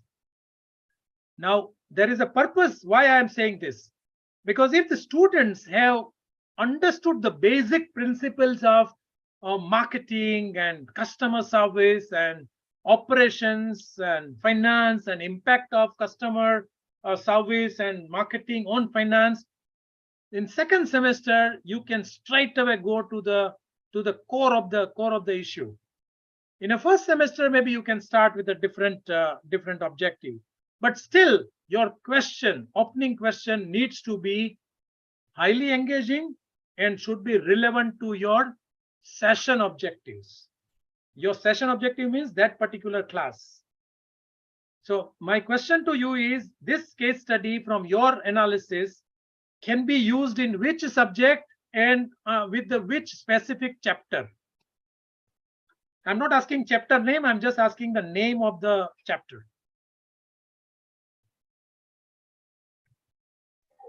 Sir, information technology and e-business. Information technology. Customer relationship management. Customer relationship management. Okay, excellent. Yes. Service recovery.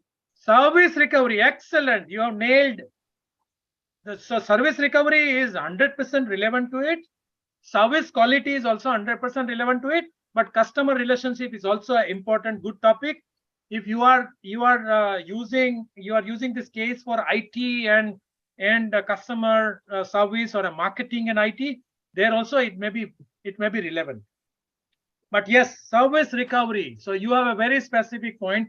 So now what should be your opening question? How should Mr. Mahesh recover the service failure? Recover. Yes, when you ask this question, in this one question, I mean, this is not a rule that you have to ask only this question. You are, as a faculty member, you are free to decide what should be the opening question. I'm just sharing my perspective that what is the impact of each question on the outcome of your class. When you say how Mr. Mahesh should do a service recovery.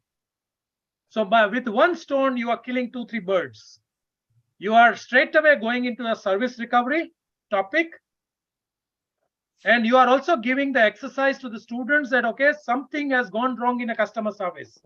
And now Mr. Mahesh has to take a clear decision what should be done now to satisfy the customer. Okay, so if this question is posed to you, what do you think? Can you share how Mr. Mahesh can recover the service? What should be the solution? Sir, by giving some benefits to the person. Okay, one. So you start noting down this on the whiteboard, on the blackboard, whatever board is available in the class. At one corner, you start noting down these points. Okay, give something to the customer. Okay, what is the next? Giving something extra or more than what she has felt or gone through. Okay. Now in order to bring about a customer delight. Okay, now is she asking something? She has complained, right? That this is what happened to my order. I missed the opportunity of wearing this particular dress in that particular occasion. And this is what is happening. But she has gone through some bad customer service experience. Exactly. So what customer is first interested into as a response to the company, response of a company? Company should apologize. Company ko sorry कहना चाहिए. And even before apologizing, somebody is there to listen. Listen. Okay. And respond. So what is the first step Mr. Mahesh should do? Mahesh should lift a phone, mobile phone, and immediately call a customer. Call a customer, and then apologize immediately. That, ma'am, whatever has happened is, extremely unfortunate, and I can understand the agony and the pain and the issues that you had gone through. You can also say that my any level of apology cannot bring back satisfaction. And whatever I can do right now will not help you because your occasion has already gone. Yes. So you completely are apologizing, and you are completely going on the customer side. You are employee of the company. You are a manager, but you speak the same language of your customer. Now, the moment customer is listening these words, customer's anger will go down. The customer will feel that, yes, there is somebody who is there who can listen, somebody who is sympathizing.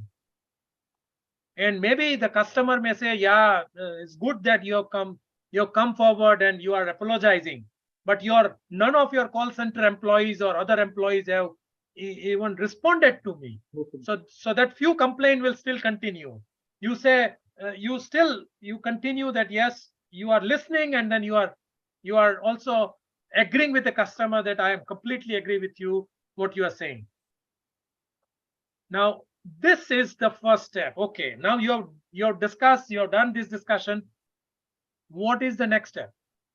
What will you do? So ensuring the customer that this won't be happening with any other customer, or in fact even her. Yes. If she agrees to stay with the company. Yes. Okay. So that assurance you can give. Right, sir, giving the date by which her refund will be processed in her account. I mean, giving that facts and figures.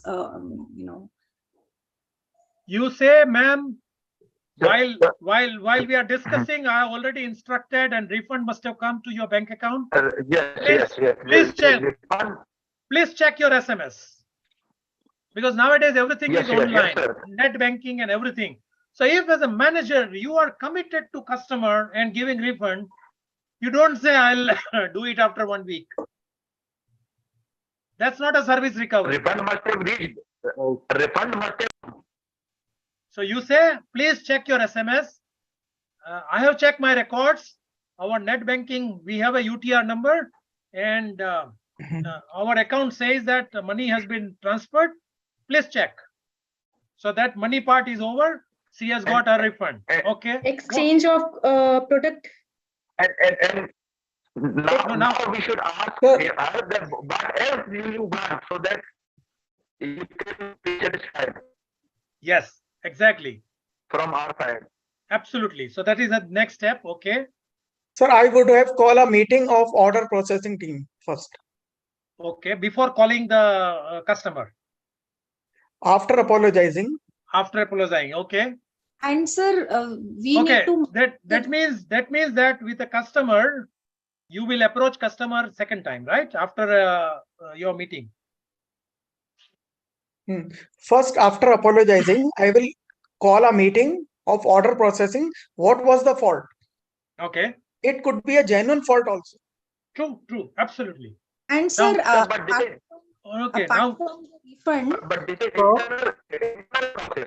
As a also customer, to communicate the customer that what all steps have been taken from my side to correct and to prevent such incidents in the future. Yes. So you communicate that. You don't buy time. And the moment review regarding the updates. Yes. The moment you buy time and say, okay, I'll discuss with my team and I'll come back to you.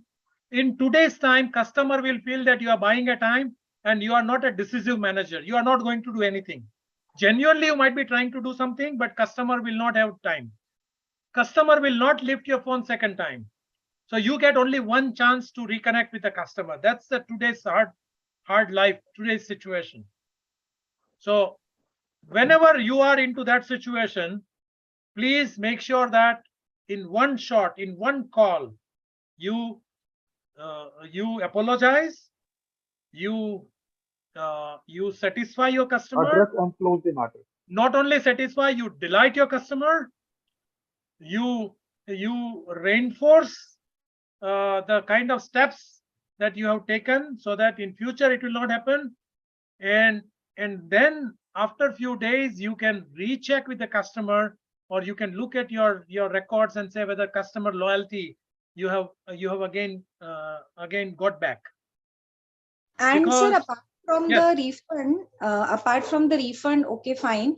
But the main worry for me as a customer is to know the exact policy of refund, why that has happened, and why there is a huge lack of not fulfilling the policies which were written, like you'll get a refund of your product if you don't like. But after that, she came to know that there is an entire procedure. There is which she needs to follow. So she needs explanation of why there is a gap in the policies which was mentioned. Now you might be a very knowledgeable, a very educated and articulative customer. Now here you can bring a point in the class that the e-commerce company is serving the customer of different social, educational, and financial background. And not all customers will respond to service failure or a good service in an equal way. So here you can bring a dimension of type of customers and their behavior, and you can bring out that how many customers actually really do complain. Because sir, it is about the trust which I carry for this particular that has been clearly not matched. Yes, but then a very low proportion of customers complain. They rather switch and show their absolutely. So as a manager, you should be thankful to Seema, this customer, Because this is the 5% of the customer who come forward to you. 90% of the customer will not complain, and they will switch their loyalties to other brand. So Exactly.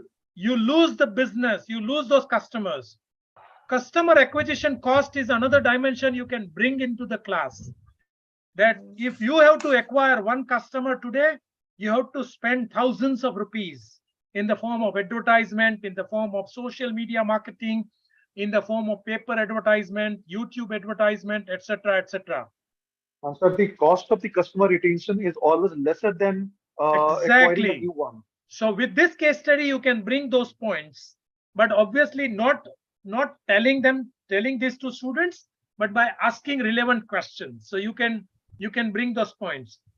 You can also bring the points that what happens if Mr. Mahesh has not given a call back? What happens if this customer is not getting the refund? What are the options this customer has now against the company? So there you can bring a dimension of a consumer forum, a legal option, then customer writing on a social media about bad about the company, tweeting, word of mouth publicity. Word of mouth publicity. And there you can bring the 30 years back. If there is one dissatisfied customer, maybe 5 people were aware about the poor service of the company. Today, with just one viral video, millions of people will come to know about the poor performance or poor service level of a company. And it can ruin the brand image of the company in just one day. So this kind of additional dimension you can bring into the class discussion with just one simple question that you have asked, and from there subsequent few more questions, and there is so much to discuss. There is also another important point to discuss in this particular case study is what is the customer satisfaction and dissatisfaction. How customer decides whether they are satisfied, they are neither satisfied nor dissatisfied, or they are not satisfied. So there are 3 situations. Whenever we buy a product, either we are satisfied or we are unsatisfied, or neither we are satisfied nor we are dissatisfied, right? Suppose we go to Kirana store, we purchase something, we paid money. We will not say we are very happy by buying a shampoo or a soap, right? Neither we are dissatisfied. So in a normal situation, if a company is fulfilling the service level to a customer, customer will not be happy, customer will not be unhappy. Even if you are giving good services, customer may be, just little bit happy. They will not be happy by in a sense that they'll go all out and say, do a publicity about your company, etc., etc. But under which situation customers are unhappy or happy? So you can bring this dimension, you can bring a formula in the class to make it absolutely clear that customers will be dissatisfied or unhappy only when their expectation in your service level. There is a mathematical formula you can bring. Similarly, so in this case, none of the service levels were fulfilled by the company. Exactly. So here you will say, okay, what is the dissatisfaction level? How do you rate the dissatisfaction level of Seema? Do you think that the Mr. Mahesh's just apology will make sure that the Seema will be? So here you can say this the incidence has gone to such a level that by just apologizing, by just giving refund, it is a right of a customer to get a refund if the product is not satisfied. Yes. So by giving a refund, you are not obliging customer. It is your duty as a customer. Yes. You cannot say we have refunded the money, so we are a good service company. Yes. So now your next question to the students would be, if you are Mr. Mahesh, if you are working in such a company, how will you delight this customer? Sir, according to me, The first thing is that company should design a online complaint box. Okay. And get a feedback of the customer accordingly. And then second thing is that this receive the customer feedback and according to make the solution for it. Right. What is the first problem and what is the second problem? Immediate take and continuously taking the solution for this complaint. Right. Now you are talking about two things. You are talking about preventive action, right? Yes, sir. That Yes, such sir. things should not occur. So as a manager, you are bound to do preventive action. With the kind of ISO 9000 and total quality management environment what we are talking about, this preventive action is part of the process. But by taking preventive action, you are not going to win back SEMA as a customer. It is as simple as that. Yes, sir. Taking prevention is another thing. But I think many times company do plan the service failure so that they can show that they are very good at service recovery. I don't know. I have not come across to a company where they are deliberately doing service failure and doing recovery. I think it is beyond my imagination. But if you have come across such companies, it itself becomes a case study that how can you. This is a false kind of customer delight that you are gaining by introducing a service failure. No one should do that. It's a risky approach. So empathy and assurance are the two key factors. Yes. So first you talk to a customer, empathize with the customer, solve the current problem, and then do something extra. That is what is a delight is about. The customer has not assumed or customer has not thought about something, and as a company, as a manager, you are doing something, going as an extra mile that will delight a customer. I'll tell you, the SEMA, when SEMA has complained, what does that talk about SEMA and the SEMA's interaction with the company? Sir, can I add something, sir? Yes, please. Like if I were in the place of Mr. Mahesh, first of all, forget about the delight. First of all, I will get the basics right. I will get the standardization done right from the, the size charts, which are vague. And secondly, get that hygiene level first to achieve that hygiene level to mix up the satisfaction. Then we can go to the next level of delight. Absolutely, that you will be doing it as a Mahesh, Mr. Mahesh, as a manager. But how to treat this customer who is unhappy, dissatisfied? You cannot just leave this customer as it is. So, sir, now so you have to bring another dimension to it.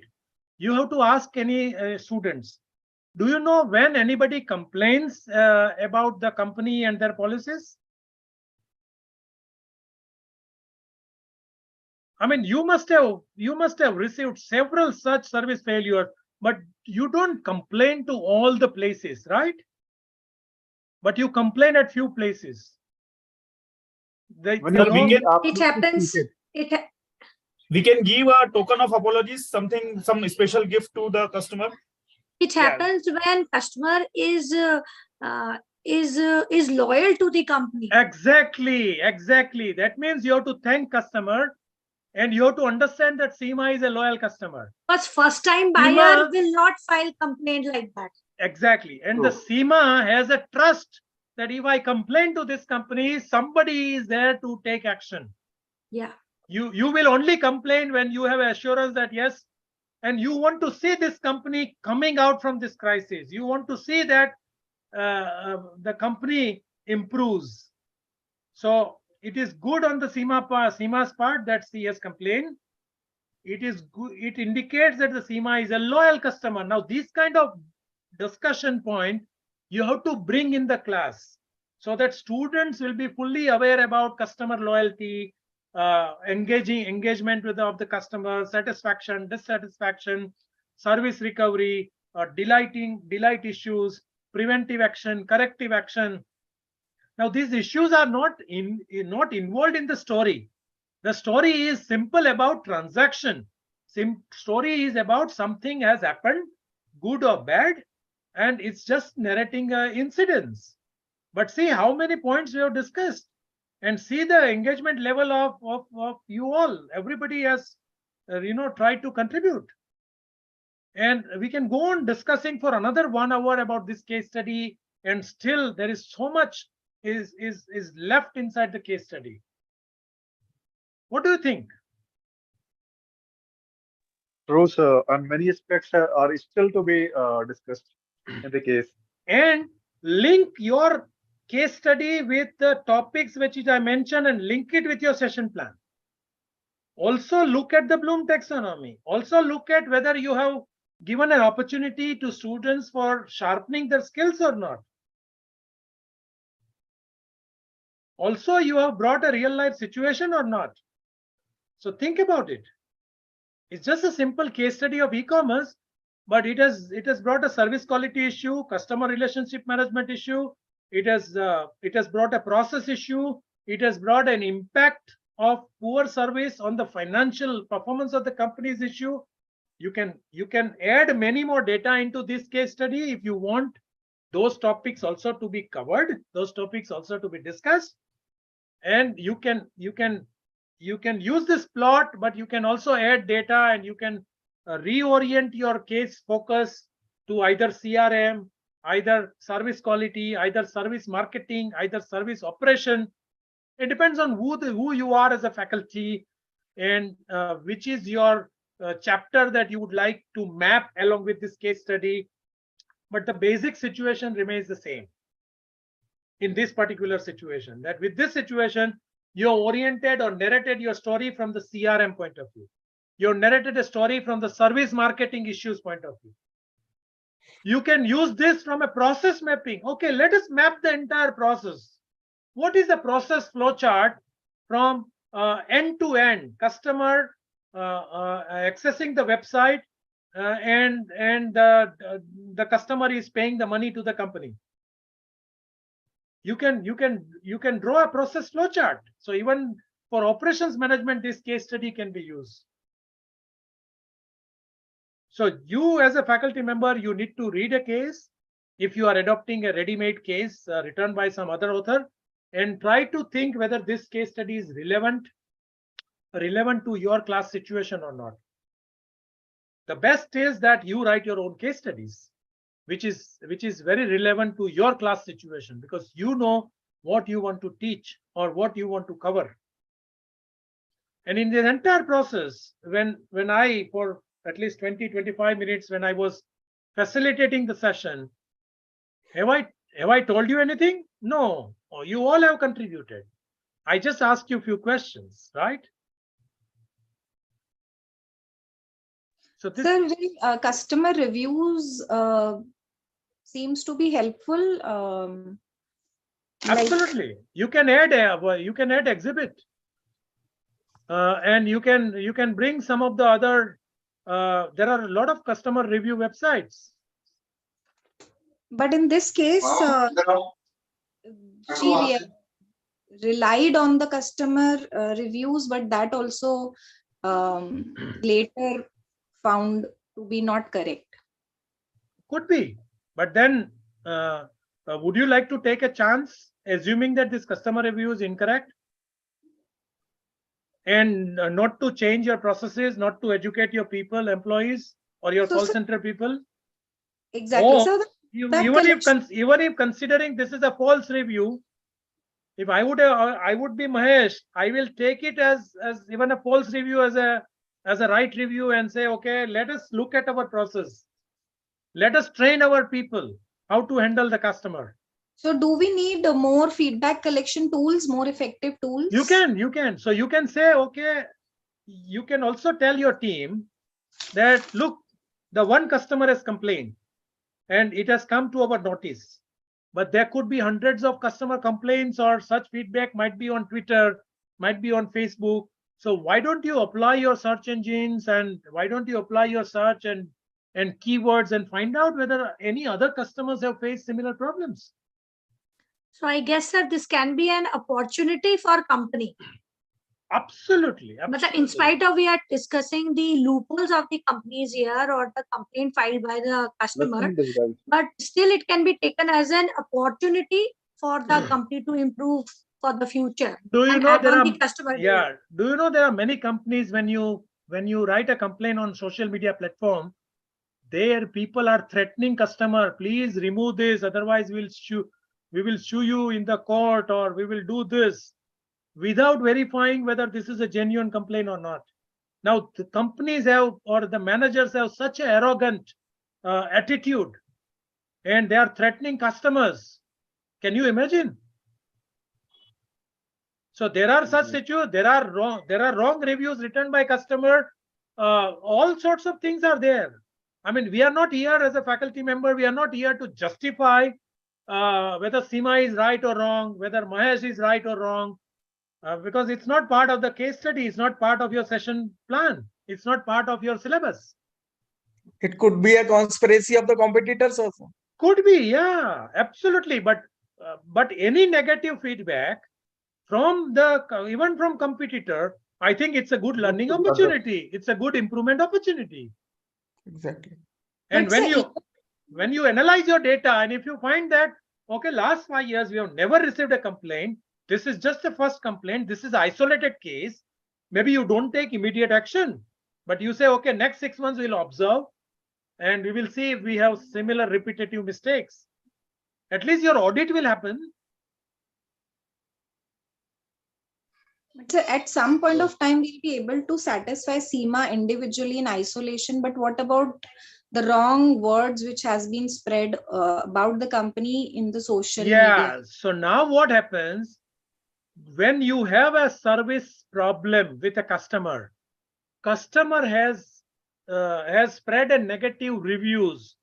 If you delight that customer, the same customer will write a wonderful review about you. That yes, I faced this problem. Their company employees have just screwed the situation, but the owner of the company step out of the comfort zone and help me thoroughly into this solving. And I think I have a wonderful association with the company, and I can assure you that any such thing will not happen. I've seen many customers, because these are the customers who are actually loyal customers who are complaining. And if you turn this situation to the delight, these customers are there for your life. So don't miss such opportunity if any customers are not happy with your company. But the problem, the worry should be only 5% customers do complain. 90% customers don't complain. So today's worry of these companies are how to interact with those 90% who are dissatisfied but who are not complaining. They're just switching or silently. Exactly. So that is a discussion point in the class, that let us discuss. Can you suggest some solution how to reach out to these 90% of the people who are dissatisfied, who are not complaining, but we are losing them? So that is a whole lot of discussion in the class, applying not only just the service marketing, service operations, strategic management, CRM, so many subjects, knowledge, and also common sense that will have to be applied when the entire class is discussing about addressing the issue of 90% of the customers who don't complain but just switch their loyalty. You can also bring the discussion point that in which situation customers, even if they are dissatisfied, they have no choice but to stay with your company. Can you relate to any other industry sector or any other product or a service where even if customers are dissatisfied, they cannot switch the loyalty overnight? Telecom industry? No, you can port your telephone to other companies easily. It is, imagine a medical insurance, Mediclaim. Mediclaim, yes. Yeah.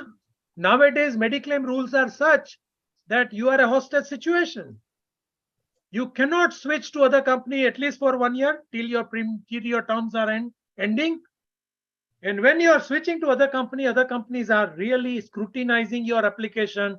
They might be asking your health reports. So healthcare is like, even if you are dissatisfied with the Mediclaim or a general insurance company, you have no choice but to continue. Similarly, if you have purchased, if you are in the industry and you have purchased a robotic machine or a CNC machine, the machine is 1 crore, 50 lakh worth of machine. Even if the company is not providing you better services or good services, you cannot just buy another machine. You have to work. You have to work with them. You can have a commercial contract. You can send a legal notice. You can pull them into a court. But the moment you have purchased a machine, such like 50 lakh or 1 crore worth of machine in your company, you are there as a hostage for 20 years. So you can bring that point, that how can we make sure that the customers are not just customer cannot switch the loyalty. What do we do so that customer never think about switching the loyalty, even if there are remote incidences? Because in a people-centric businesses, especially in the service sector, the dissatisfaction level to customer is bound to happen. Whether you talk about airline, whether you talk about telecom company, wherever there are humans, an educational institute is not immune to a poor customer service. The students are not coming.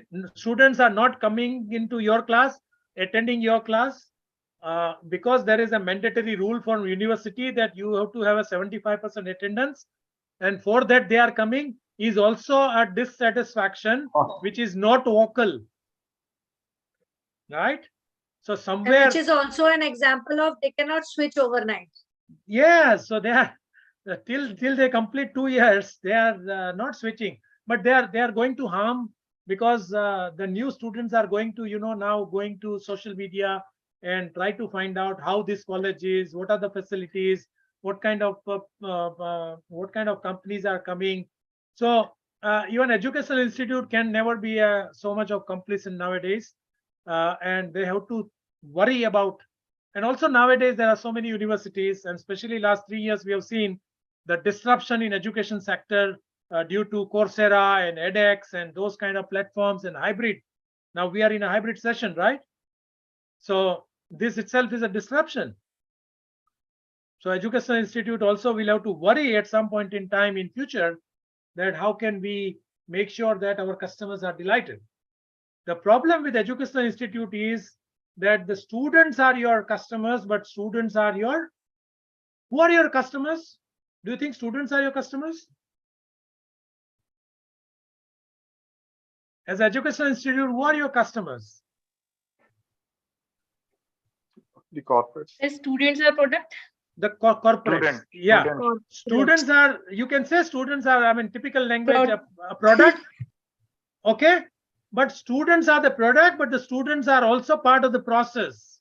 Please understand. And it is their decision to engage with you or not engage with you will determine their transformation. Isn't it? True, very true, sir. So again, it is not in, I mean, you can bring them because of the attendance rule, but you cannot engage them in the case study unless they are internally motivated. So our challenge is, first we have to create that motivation. Then we have to make sure that they remain motivated for 2 years and they get transformation. And that's where the experiential learning method and the new education policy will play a very critical role. Okay, so before we move on to any other topic, I would like to understand from you, are there any major points that we have still not covered and you were expecting? One was publishing a case study. I will discuss on the publication part now. Effective way of solving a case study, partly we have discussed, but I will briefly discuss those points as well before we conclude the session. Are we all clear now? How do we engage students? Is it clear? Yes, Yeah. Yes, sir. We have to engage students by asking questions, not by telling solutions of the case study. So never ever, even if you have written a case study, even if you are a subject matter expert, even if you have given a solution to the company, don't say this is the solution. You say, if I would have been an owner, I would have adopted this solution.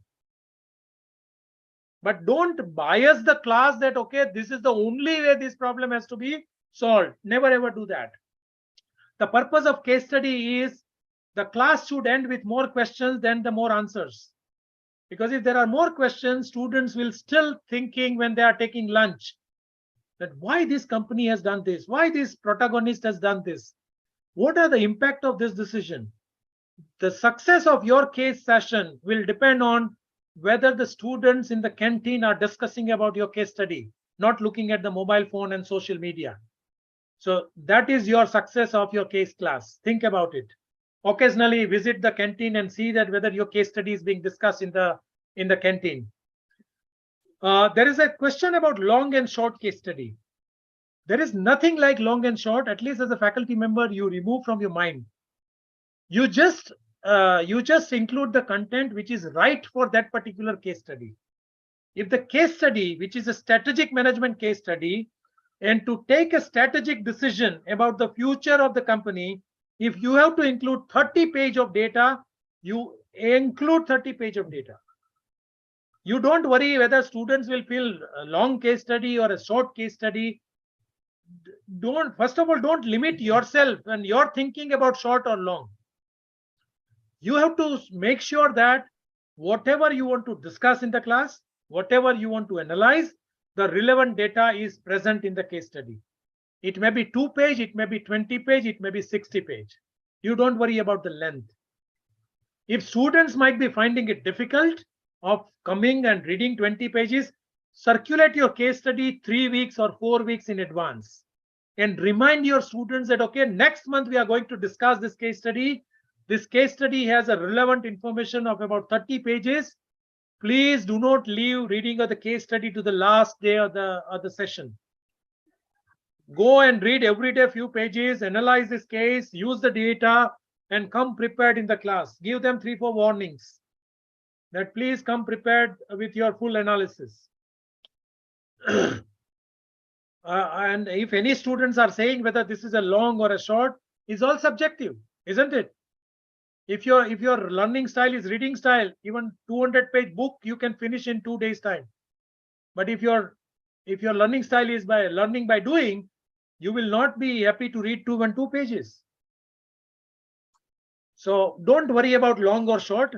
Just use the right case study with the relevant data and information which is required for discussion in the class. Publication of the case study is a very different dimension. Publication is like marketing your storytelling abilities and your writing abilities. Because you have been doing a lot of research paper writing and publication of research paper, and research paper has a specific format. Research paper has a rules. That's where I've seen many faculty members, they write a case study exactly in the format of the research paper. They start with the synopsis, and then there is a case situation, there is the data provided inside the case study, and there is also analysis included in the case. If you write your case study like research paper, you are defeating the purpose. The case study should end at a problem. Case study should include only the raw data and the problem and the story. Don't include your analysis. In the research paper, you do a lot of data analysis, right? Your statistical analysis and your inferences also you are adding. In the synopsis itself, you are narrating everything. That this is what is the assumption, this is what is a research, and your research paper is about validating X or Y. But in a case study, you start with a story.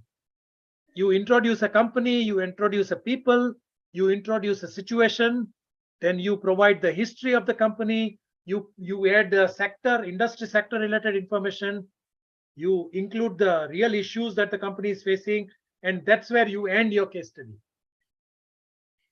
And then you go and discuss the case study in the class. So publication required decision-making case study. Publication required a field research-based case study. So if you are determined to publish the case study, you have to do a field research. Field research means you go to company, talk to owner of the company or a vice president or the CEO of the company, conduct their interview, ask the company relevant data, and then prepare a case study. Then show this case study to your company where you have collected the data, and then you can send it to publisher. Before publication, you must use this case study once or twice in your class, because the publication of the case study require writing a teaching note. So teaching note, I'm sure at some point in time during this FTP, you will also get a chance of a session of developing a teaching note, because without teaching note, no publisher will accept your case study. So case study, field research based case study, write it, decision based case study with teaching note, or with a real life industry situation, send it to publisher. They will be happy to publish your case study. Okay, I think I've covered most of the points. We have still 8 minutes. I would like to use this 8 minutes for reflection, quick reflection. What are the key learnings out of this session? And if there are any questions which are still unanswered. Yes, without reflection, the experiential learning doesn't happen. So let us use this opportunity to reflect. What are the key learnings?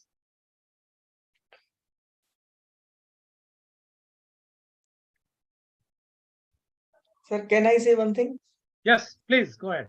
If teachers had the perfect solution to the case, they would have been the businessmen, not the teachers. No, it's not like that. It's nothing like a perfect solution. Yeah, we are into business. I'm into business, but I do teaching for last, 25 years. So there's nothing like a perfect solution. It's all contextual. It's all leader specific. It's all context specific. It's all industry sector specific. And there are lot many dimensions to it. It's all about practice. It's all about practice and using a case study. What you're doing is you're bringing a transformation in the students. The purpose of using the case methodology is to bring industry into the classroom. It's like a laboratory, leadership laboratory that you are creating in the class. So even for business, there is nothing like a best decision. They take a decision, they apply, and then after 3-4 years, they realize that their decisions were not right. They change it. They acquire a company, and after 3-4 years, they sell the company. Company like GE also does like that. So it's nothing like perfect. It's like you take a decision at that point in time, which may be contextually right, but then later on, many things have changed, and then you have to do adaptability. You have to change. The second question I want to ask is, the cases, if they are in the traditional form, written cases are there. If they are in the movie form. It is, yeah. You can create a movie if you have a camera. But before movie is shot, first of all, story is written. Do you know the story is written first? Not the movie recording. The entire script is written first, and then the script is shared with the hero and heroine and all the people. It's a costume also. So don't shoot a movie or a video case study unless your script is ready. So case writing is a script. So it is also a practice nowadays. Movie-based case studies are being there, and we draft inferences from the movie. We show the movie to the students and draw the inferences. Now, in that situation, the case study will not be mapped with your session plan. It may be covering some aspects of leadership. It may be covering some aspect of functional, but it's not matching with your learning objectives. It will not match with all the 6 Bloom taxonomy levels. So yes, the movies are relevant. Even advertisement is a good case study to discuss in the class in certain subjects. But do you think that it will serve your entire chapter or entire syllabus, what you have planned in that particular session? Maybe not. For that, we have to script our own case study. Exactly, absolutely. You're right. Sir, one maybe it's offbeat question, but I wanted to ask, like how to make our student overcome with this fear of time crunch when it comes to solving a case during a short span of time during their evaluation. Yeah, so you have to along with the induction program conduct 1 hour session on time management. Actually, there is nothing like time management. It is a self management. Once you have a self management, then the time is automatically managed, right? It's not about time, it's about priority. Now you all were busy, you all are busy, right? But for you, this attending the session was a priority, so you take out the time. But there might be many faculty members who registered but did not attend. Their priorities are different. I don't think they have a time issue. So my question actually is that so you have to tell students that what is a priority. They have to take out time. This is a priority. So this can be like whatever ways we can create a charisma in the class, and everything is possible in the classroom. But because it requires a lot of thinking, but in the examination pressure, the time crunch they face, they fail to think, that way. Even examination pattern has to change. Now there should be more questions. There should be actually less number of questions, but more qualitative questions where their creativity and their thought processes are captured rather than just defined inventory turnover ratio, and those kind of questions should not be asked in the question paper. You give a short situation, you give a case study, there can be multiple answers, but you are reading the mind of the students when they answer the question. Even evaluation has to change, and that is what new education policy talks about, not just the classroom but even evaluation. Because your evaluation is again on a rote learning, then students know that, and that's why internal test should be in your control. The 50 marks or 30 marks of internal test, you don't take any written exam. You say the case based discussion or case study analysis in the class will be evaluation. So what I do is my 16 sessions in the entire course, if there are 16 sessions, all 16 are with experiential learning. And every session I evaluate 4 or 5 students, and students don't know who are evaluated. But I evaluate those 5 or 6 students, and at the end of the semester, I have done internal evaluation using the case study.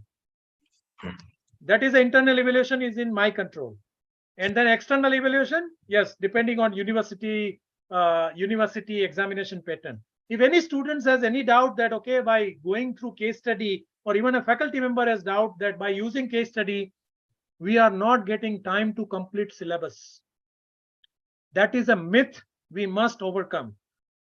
Using a case study, you will not only cover 100% syllabus, you will also cover some of the other subject chapters in your class, and you will cover the syllabus at least few topics number of times.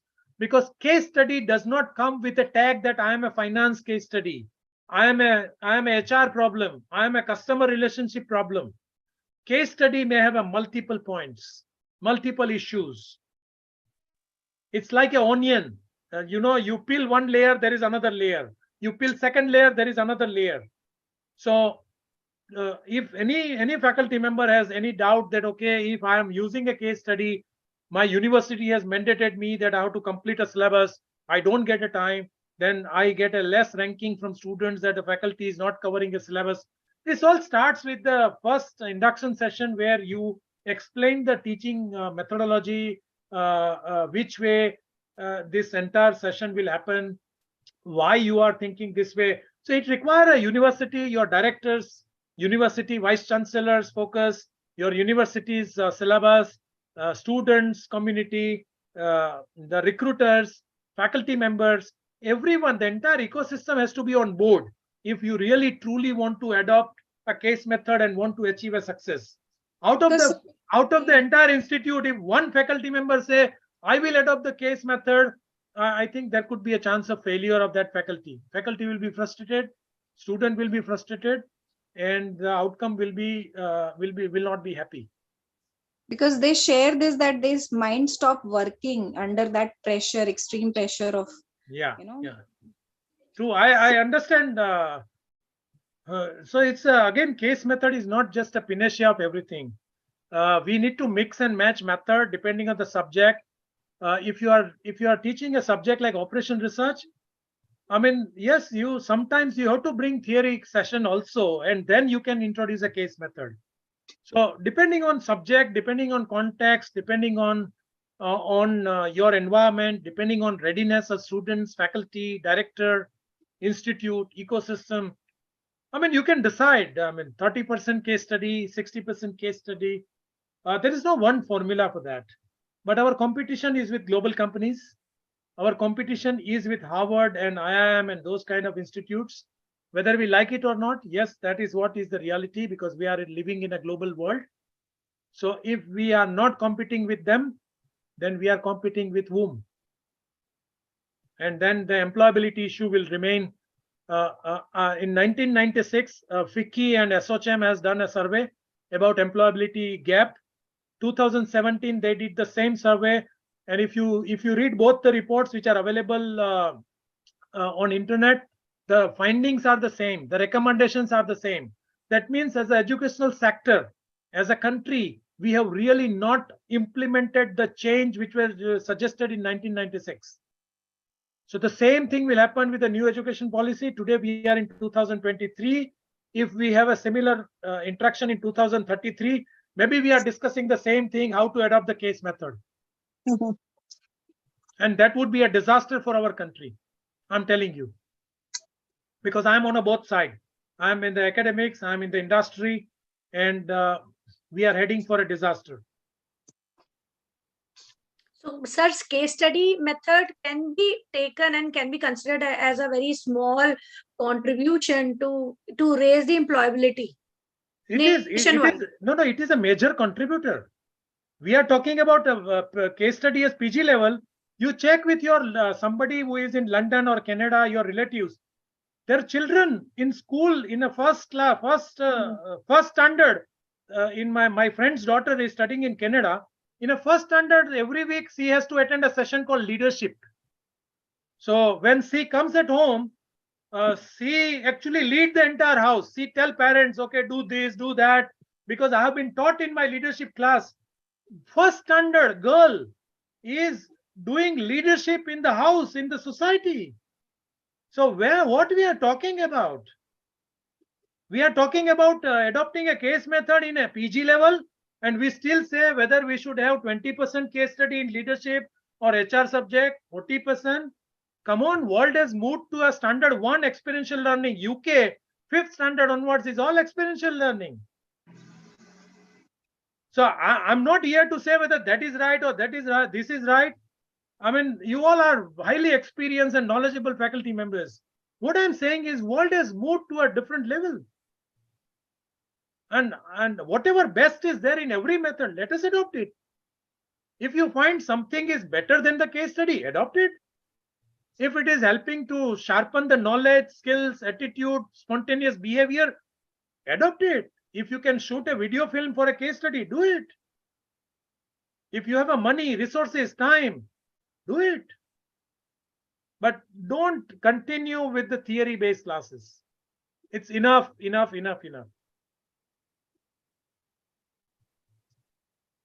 That is my personal suggestions. Okay, any quick reflection, because reflection has not come out so far. So learned about the case methods, practices, principles of how to solve the case. Okay. Sir, we learned about what industrialists want students, like knowledge, skills, behavior. This all we have to impart in our students. Okay. Something which is new, something which is striking very much that, yeah, this is my takeaway from the session. Bridging In the finance area, we can also use cases. Okay.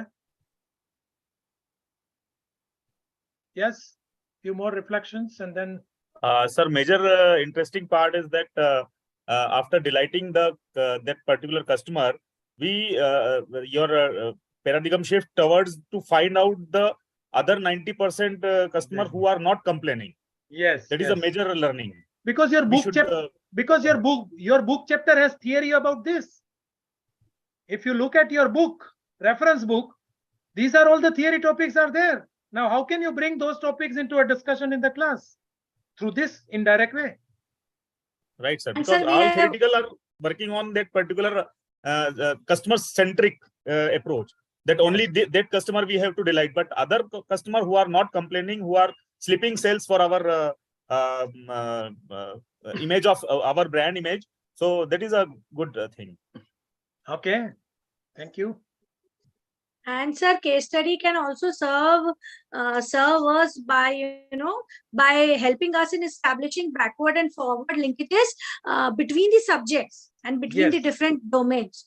So that is also our major takeaway from from my side, that it helps in establishing links between the subjects and between the semesters. And it is aligned with the new education policy. So when you adopt a case method, you have automatically complied to new education policy. You don't have to take classes how to adopt new education policy. You have already done it. If you adopt a case method, then you are complying. It helps us to create a dummy situation where the student is placed as a manager or a key responsibility and the decision-making skills can be enhanced. Not only that, you are actually understanding each person, their mindset, what they are thinking. Are they thinking big or they are frustrated? They are not thinking at all. And you can give a personal feedback to everyone. So learning does not happen just in the class. You call some few of the students who are not taking part in the class. Maybe there could be a family issue. Maybe there could be a relationship issue. So don't leave anybody just like that. You build a personal rapport and say, I have been observing you for last 5 classes. You have not interacted in the case method, case sessions. Is this something wrong? Or is your health is okay? It is indirectly class participation can be increased. It is indirectly improving in mentor-mentee relation also. Exactly. That is what happens even in the industry. The manager or the boss will have a personal rapport. So you also build personal rapport for your students. So there are many things you can do by introducing a case method, and more experimentation you do, you will be much better facilitator. Various learning styles. I hope I hope you are now you know your dominant learning style, at least at the end of the session. The best way is. Sir, your session is you have shown us. So you have shown us that how to make class interactive and interesting. I don't find any reason to leave the meeting right now, even after 20 minutes. And without PowerPoint slides. Yes, actually, you demonstrated. Yes, sir. That is the best thing. Sir, your session is too good, and I have learned a lot. The main outcome of the session is that how to enhance the mental ability of the students. Yes. This to be very important. The discussion-based learning is too essential. Absolutely. And sir, which you are doing from past 2 hours. Pardon? Actually, sir, what Suraj sir was saying, actually you are demonstrating that to us, with us, in front of us. Exactly. Yeah, that is what I'm supposed to do, and that is what IBM or IPS Academy expects me to deliver.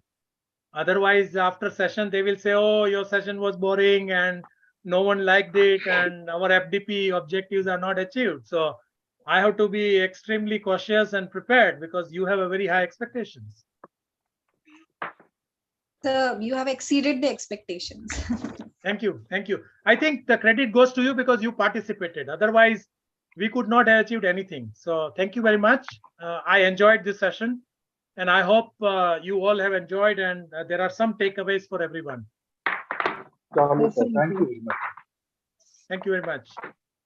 Thank you, sir. Thank you so much, sir. Thank you. Thank you. Thank you very much, sir. Thank you, sir. Thank you, sir. Thank you very much, sir. Thank you. I enjoyed. Thank you. Thank you so much, Professor Ketan Gandhi, sir.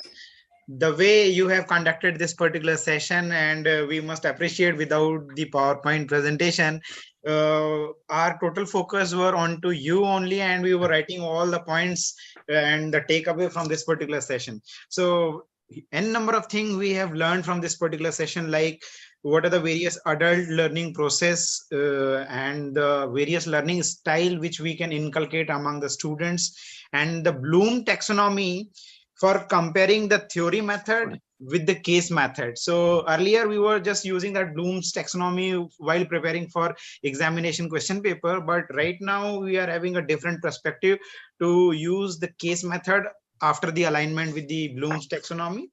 Then the points which you have taken from the NEP, learn how to learn and the various things, is really tremendous. And the examples, the real life examples which you have quoted, the army examples. So definitely, after getting all such wonderful insight, now we are prepared with the loaded with the arms and ammunition which you have provided, and definitely we can prepare our student for the corporate battle. So on behalf of entire IBMR IPS Academy, I just thank you, sir, for sparing your valuable time and being the part of this particular FDP. So I also thanks to AICT Training and Learning Academy for sponsoring this particular program, and thank you so much to all the wonderful audience for their patience learning. So thank you so much, sir, for being the part of this particular. Wonderful. Thank you very much. I also learned a lot. Thank you. So participants, there are few things to announce for tomorrow's session. So we'll be having a session on happiness management tomorrow, which will be taken by Sri Krishnapad Das. So definitely that would be a very wonderful and life-changing session. So kindly be there. And lots of people were asking about the offline week schedule. So would like to share that schedule with you all so that you can have the preparation according to that. So just give me some time to share that schedule, and I'll be sharing that schedule through the mail ID also. Yeah, so this is the schedule for week 2, which will be on offline mode at IPS Academy IBMR Indore itself, and we'll be starting from 9 a.m. at morning at day 1, that is on Monday 13th of February, and we'll be having 2 power pack session by Dr. Leena Kaushal, the professor, MDI Gurgaon. And on day 2 of offline session, we'll be having case writing techniques in finance, which will be taken by Dr. Vinay Goyal, professor from SP Jain Institute, Mumbai. So third day will be focused on case discussion in finance again by Dr. Kapil Sharma, the professor, Devi Ahilya University, Indore. Then we'll be having a separate session on National Education Policy 2020, which will be taken by Dr. Nidhi Jawar and Dr. Pallavi Mukherjee. And we'll be having a session on case problem on operation management, which will be taken by Dr. C.K. Goel, sir, and cases on operation management, which will be taken by Dr. Satyakam Dubey. And at last, on day 5 is very important to attend by all the participants, because we have organized one industrial visit according to the session plan given by AICT ATAL Academy. And after that, we have to prepare a visit report. Then the valedictory session will be on 17th of February. So this is about the entire plan for offline mode. So kindly just prepare according to that. And if any doubts you are having, so you can ask right here, right now. Sir, everything is fine, but on Monday, starting at 9 a.m. it is too early, I think, to reach Indore from Jaguar. for one participants, we can consider it, but the participants, those who are from Indore itself, they can reach somewhere around 8:45 to 8:50, so that we can start the session at 9 o'clock. Yeah. Sir, it is okay. I will leave before 9 a.m. Okay.